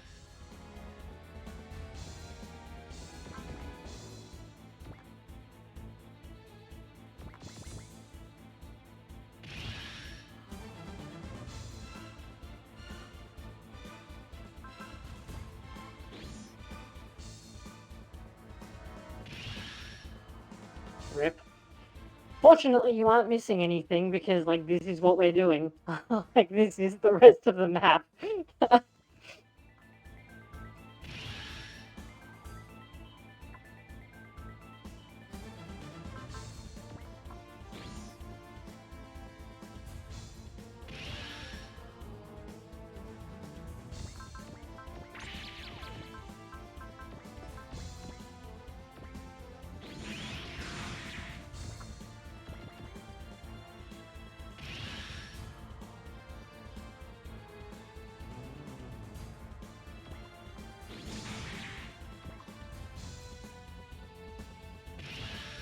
Having realized that Neutron Beam actually works, though, is a big deal. Because I never noticed that. It doesn't in GBA because Barrier Pierce is exclusive to combo attacks in the GBA game. But some weapons have it as a built-in trait in this game. And I had not actually noticed that. Because it's hidden on this second panel. So, whoops. However, now we know.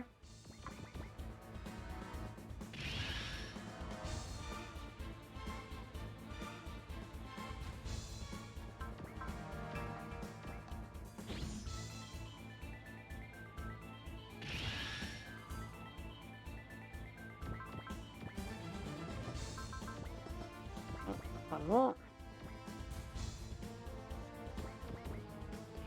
If I'm really lucky, in fact, no, this should be free. I have enough SP on Sean that I can cast Luck before I shoot down Greatikin, and so I can make out like a bandit in terms of the money that I'm going to get.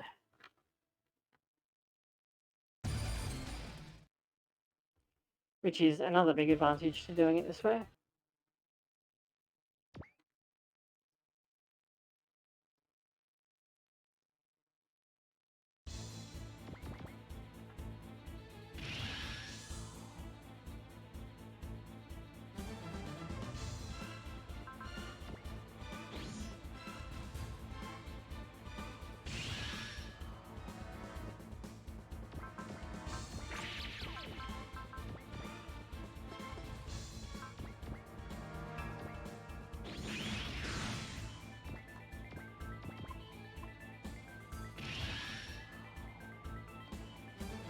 So if we do this about another 14 times, assuming that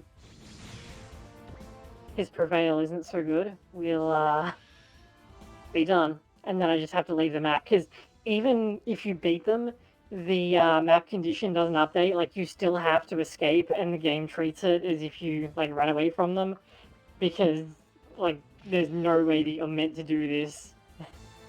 This is only a reward for people who really gamed the crap out of it.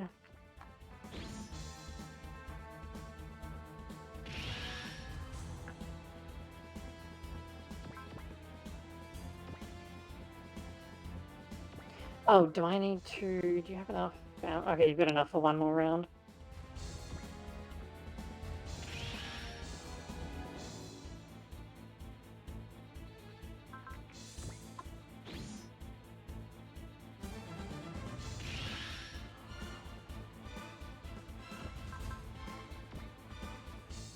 No worries, Twitch app is like really temperamental.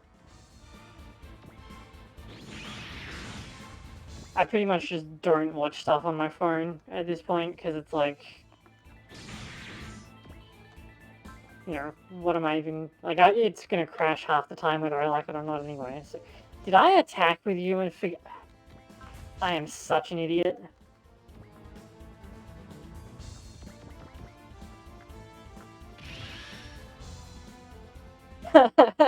Your Warframe, the only thing grindier than this?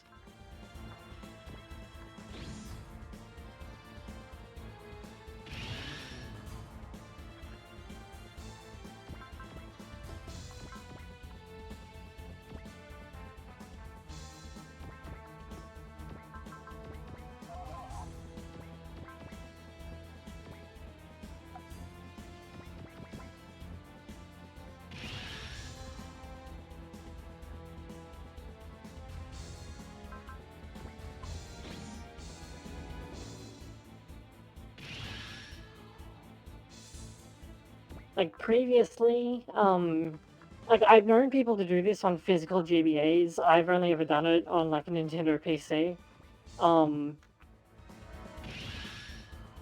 And, like, that's using, like, max speed up and stuff, but I can't really do that in this case.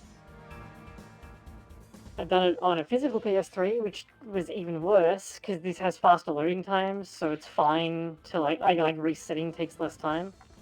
But... well, yeah, it's rough.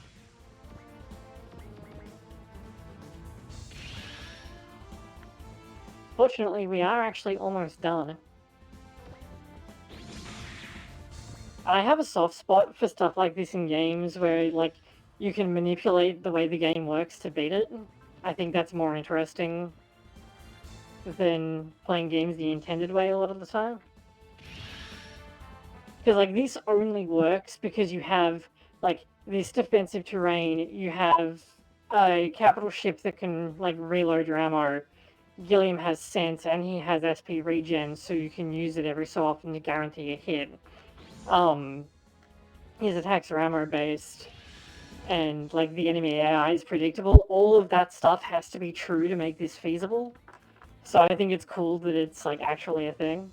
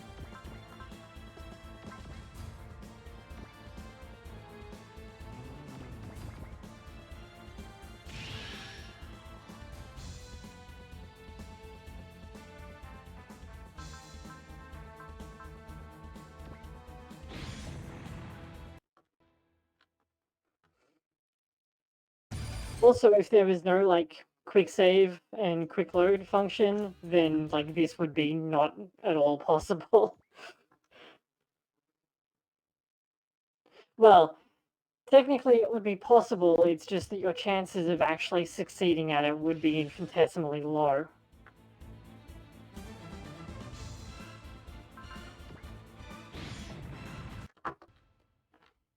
It's a 36% chance, come on.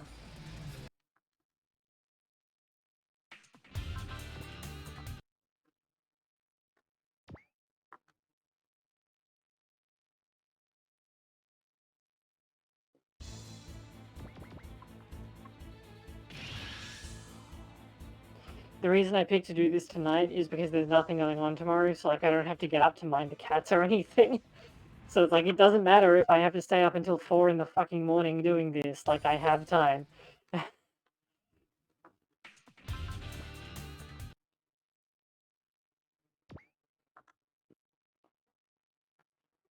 Because, you know, it's not like the old days where I'd stay up until 5 a.m. and then get up at 7 in the morning and work a 10-hour shift. It doesn't work like that anymore.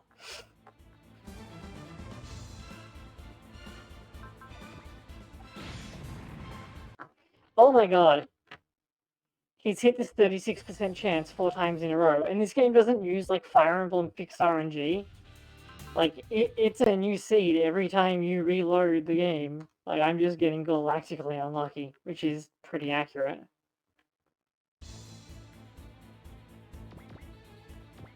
I mean, not without irreparable damage, but yes. There we go.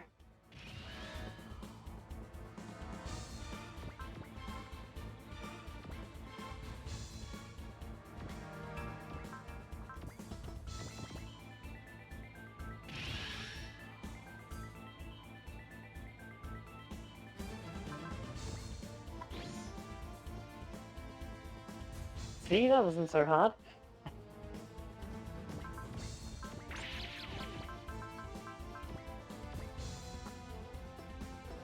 Okay, this is the point where we've reached now. Actually, what is... He's got weapon block, right? Does that block chaff grenade? I bet it does. Yeah, okay. I think they've each got one of the blocks, because Cycloak had robot block, so I'm pretty sure Ouija had, pilot block. Whatever, it does damage. Not much damage, but, like, it may do some damage. Which is better than no damage.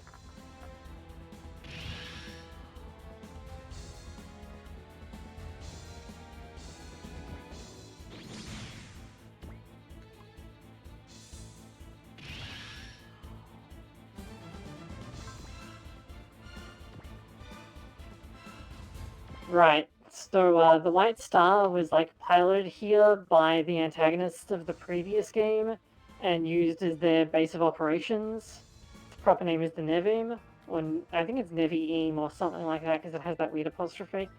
The reason that we're fighting on top of it is that these spaces around here give plus 30% defense and evasion and cause the units on it to recover 30% HP and energy every turn.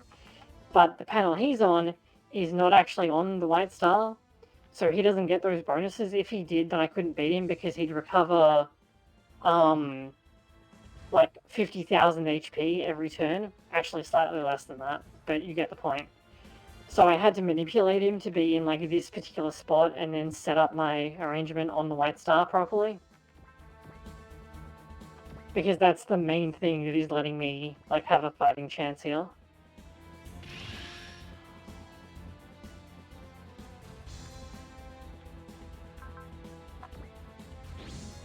Technically, the White Star itself is not actually a weapon of mass destruction. It's a floating fortress, but it carries stuff that is effectively a weapon of mass destruction. So, like, these are designed to basically take on entire planets and win.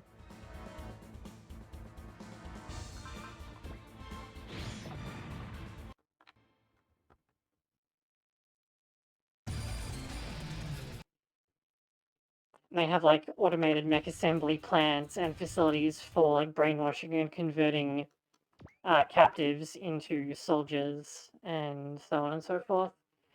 So they can go from having, like, there's only a few, like, faced guys that actually ran it, but they were able to like use what it had to create this whole army and like nearly topple like the Earth government and take over the world.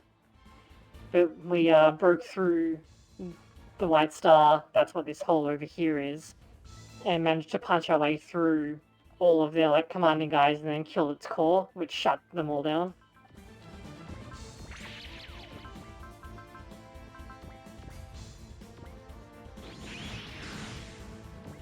Right, there is no way this is going to kill, but that's actually good because it's going to let me get a lap past in next time I want to do this.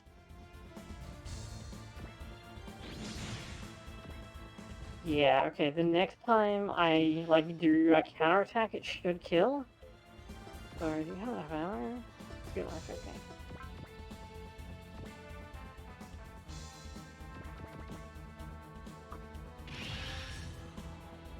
We are almost out of this hole.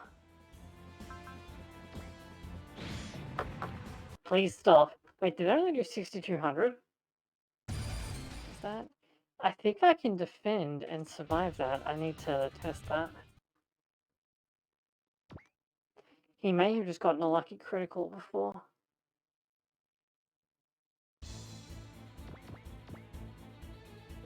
The actual plot of Original Generation is kind of convoluted because, when the White Star showed up, everyone was like, oh, it's the Balmar, but the Irrigators, which is what we were calling them, turned out to not actually be the Balmar. They were being run by, like, a different group.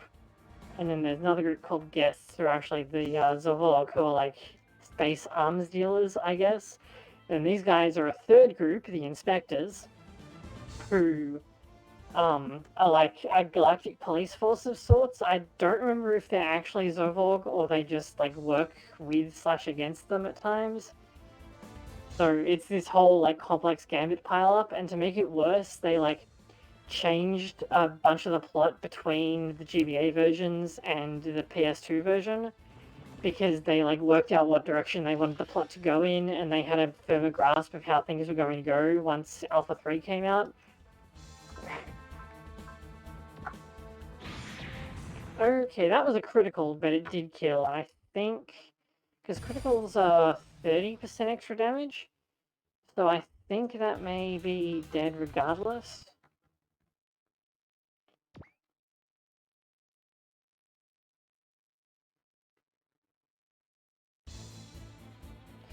Yeah, okay, this is the same franchise, but, because it's Super Robot Wars, but this is Original Generation, so they took all of the original units that they made to help, like, tie in together all of the various anime series they did in other games, and they made a crossover game, but only with their original characters and their original plots from the other crossover games.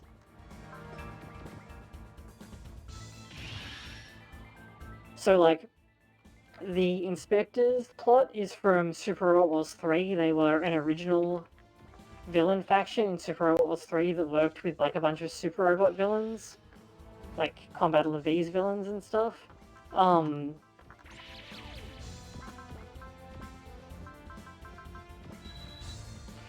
it's luck, not bless, you moron. Okay, whatever.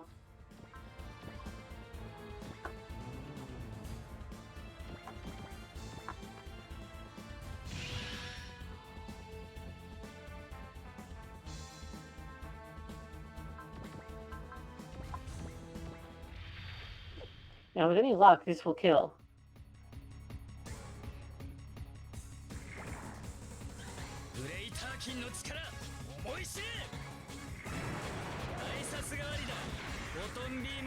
So yeah, you got the right franchise, but the wrong series.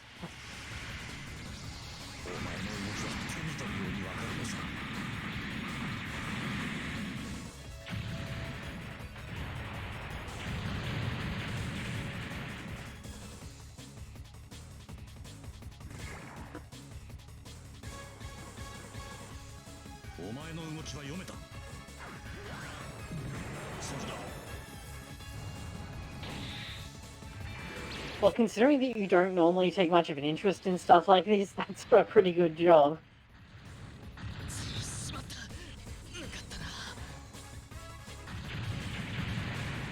Yay, we're finally done.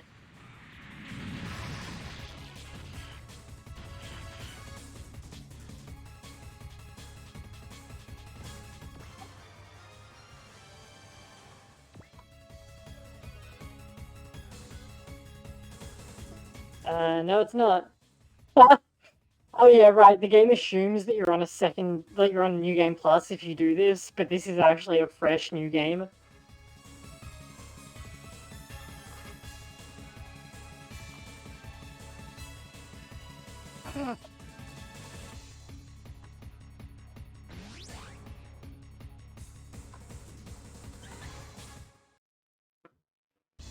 Okay, I just need to do a quick save here. Because I'm not sure if you keep I assume that you keep the containers if you retreat, but I'm not 100% certain.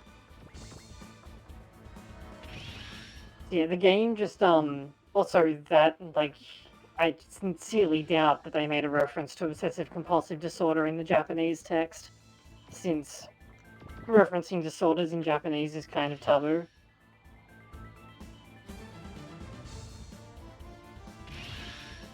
I should say in Japan is kind of taboo.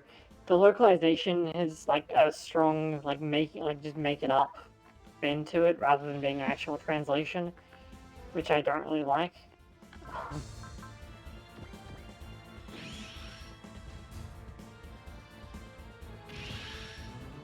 Either way, there we go. We saw the message, and now we just need to run away.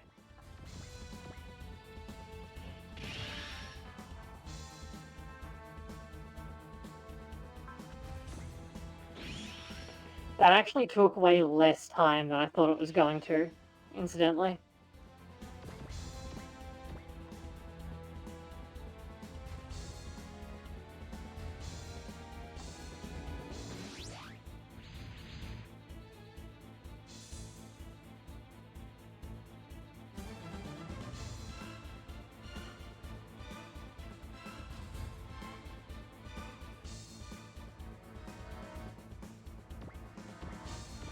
Okay, good, I did get everything. Including a hyper jammer, and I'm pretty sure that's the only one in the game. Who is what?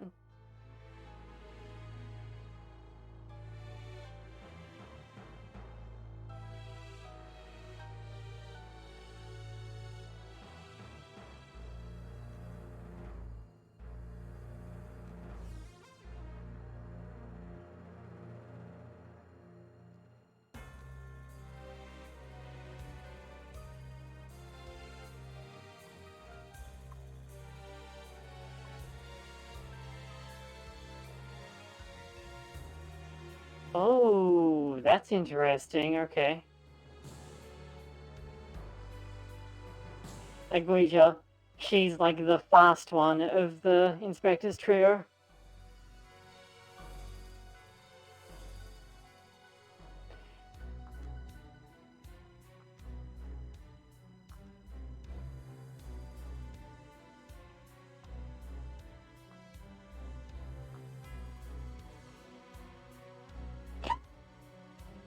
Oh shit, he really does though.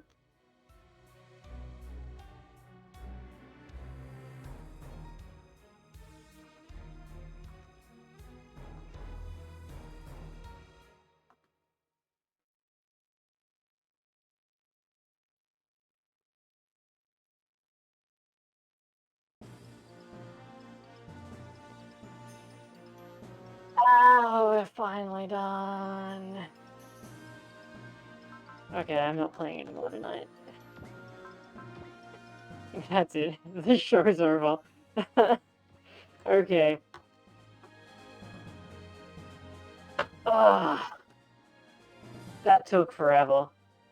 Like, basically that was 2 hours solid of re-rolling. And I was expecting 3 hours, to give you an idea of how bad that was. Okay. So, thanks to the people who came by and chatted and made it, like, not terminally boring. And, no thanks to my Discord who didn't show up despite being the people who demanded that I do it on stream. Pricks? Okay. If you're watching on YouTube, a like would be super appreciated. I'm not going to do anything tomorrow. I'll probably do something on Friday. Because tomorrow I've got to, like, catch up on my university stuff and watch lecture recordings and do all of that good shit. So next stream will likely be, like, Friday, Saturday. But you'll hear about it on my Twitter. if I make a decision about that kind of thing. So yeah, I will see you guys next time.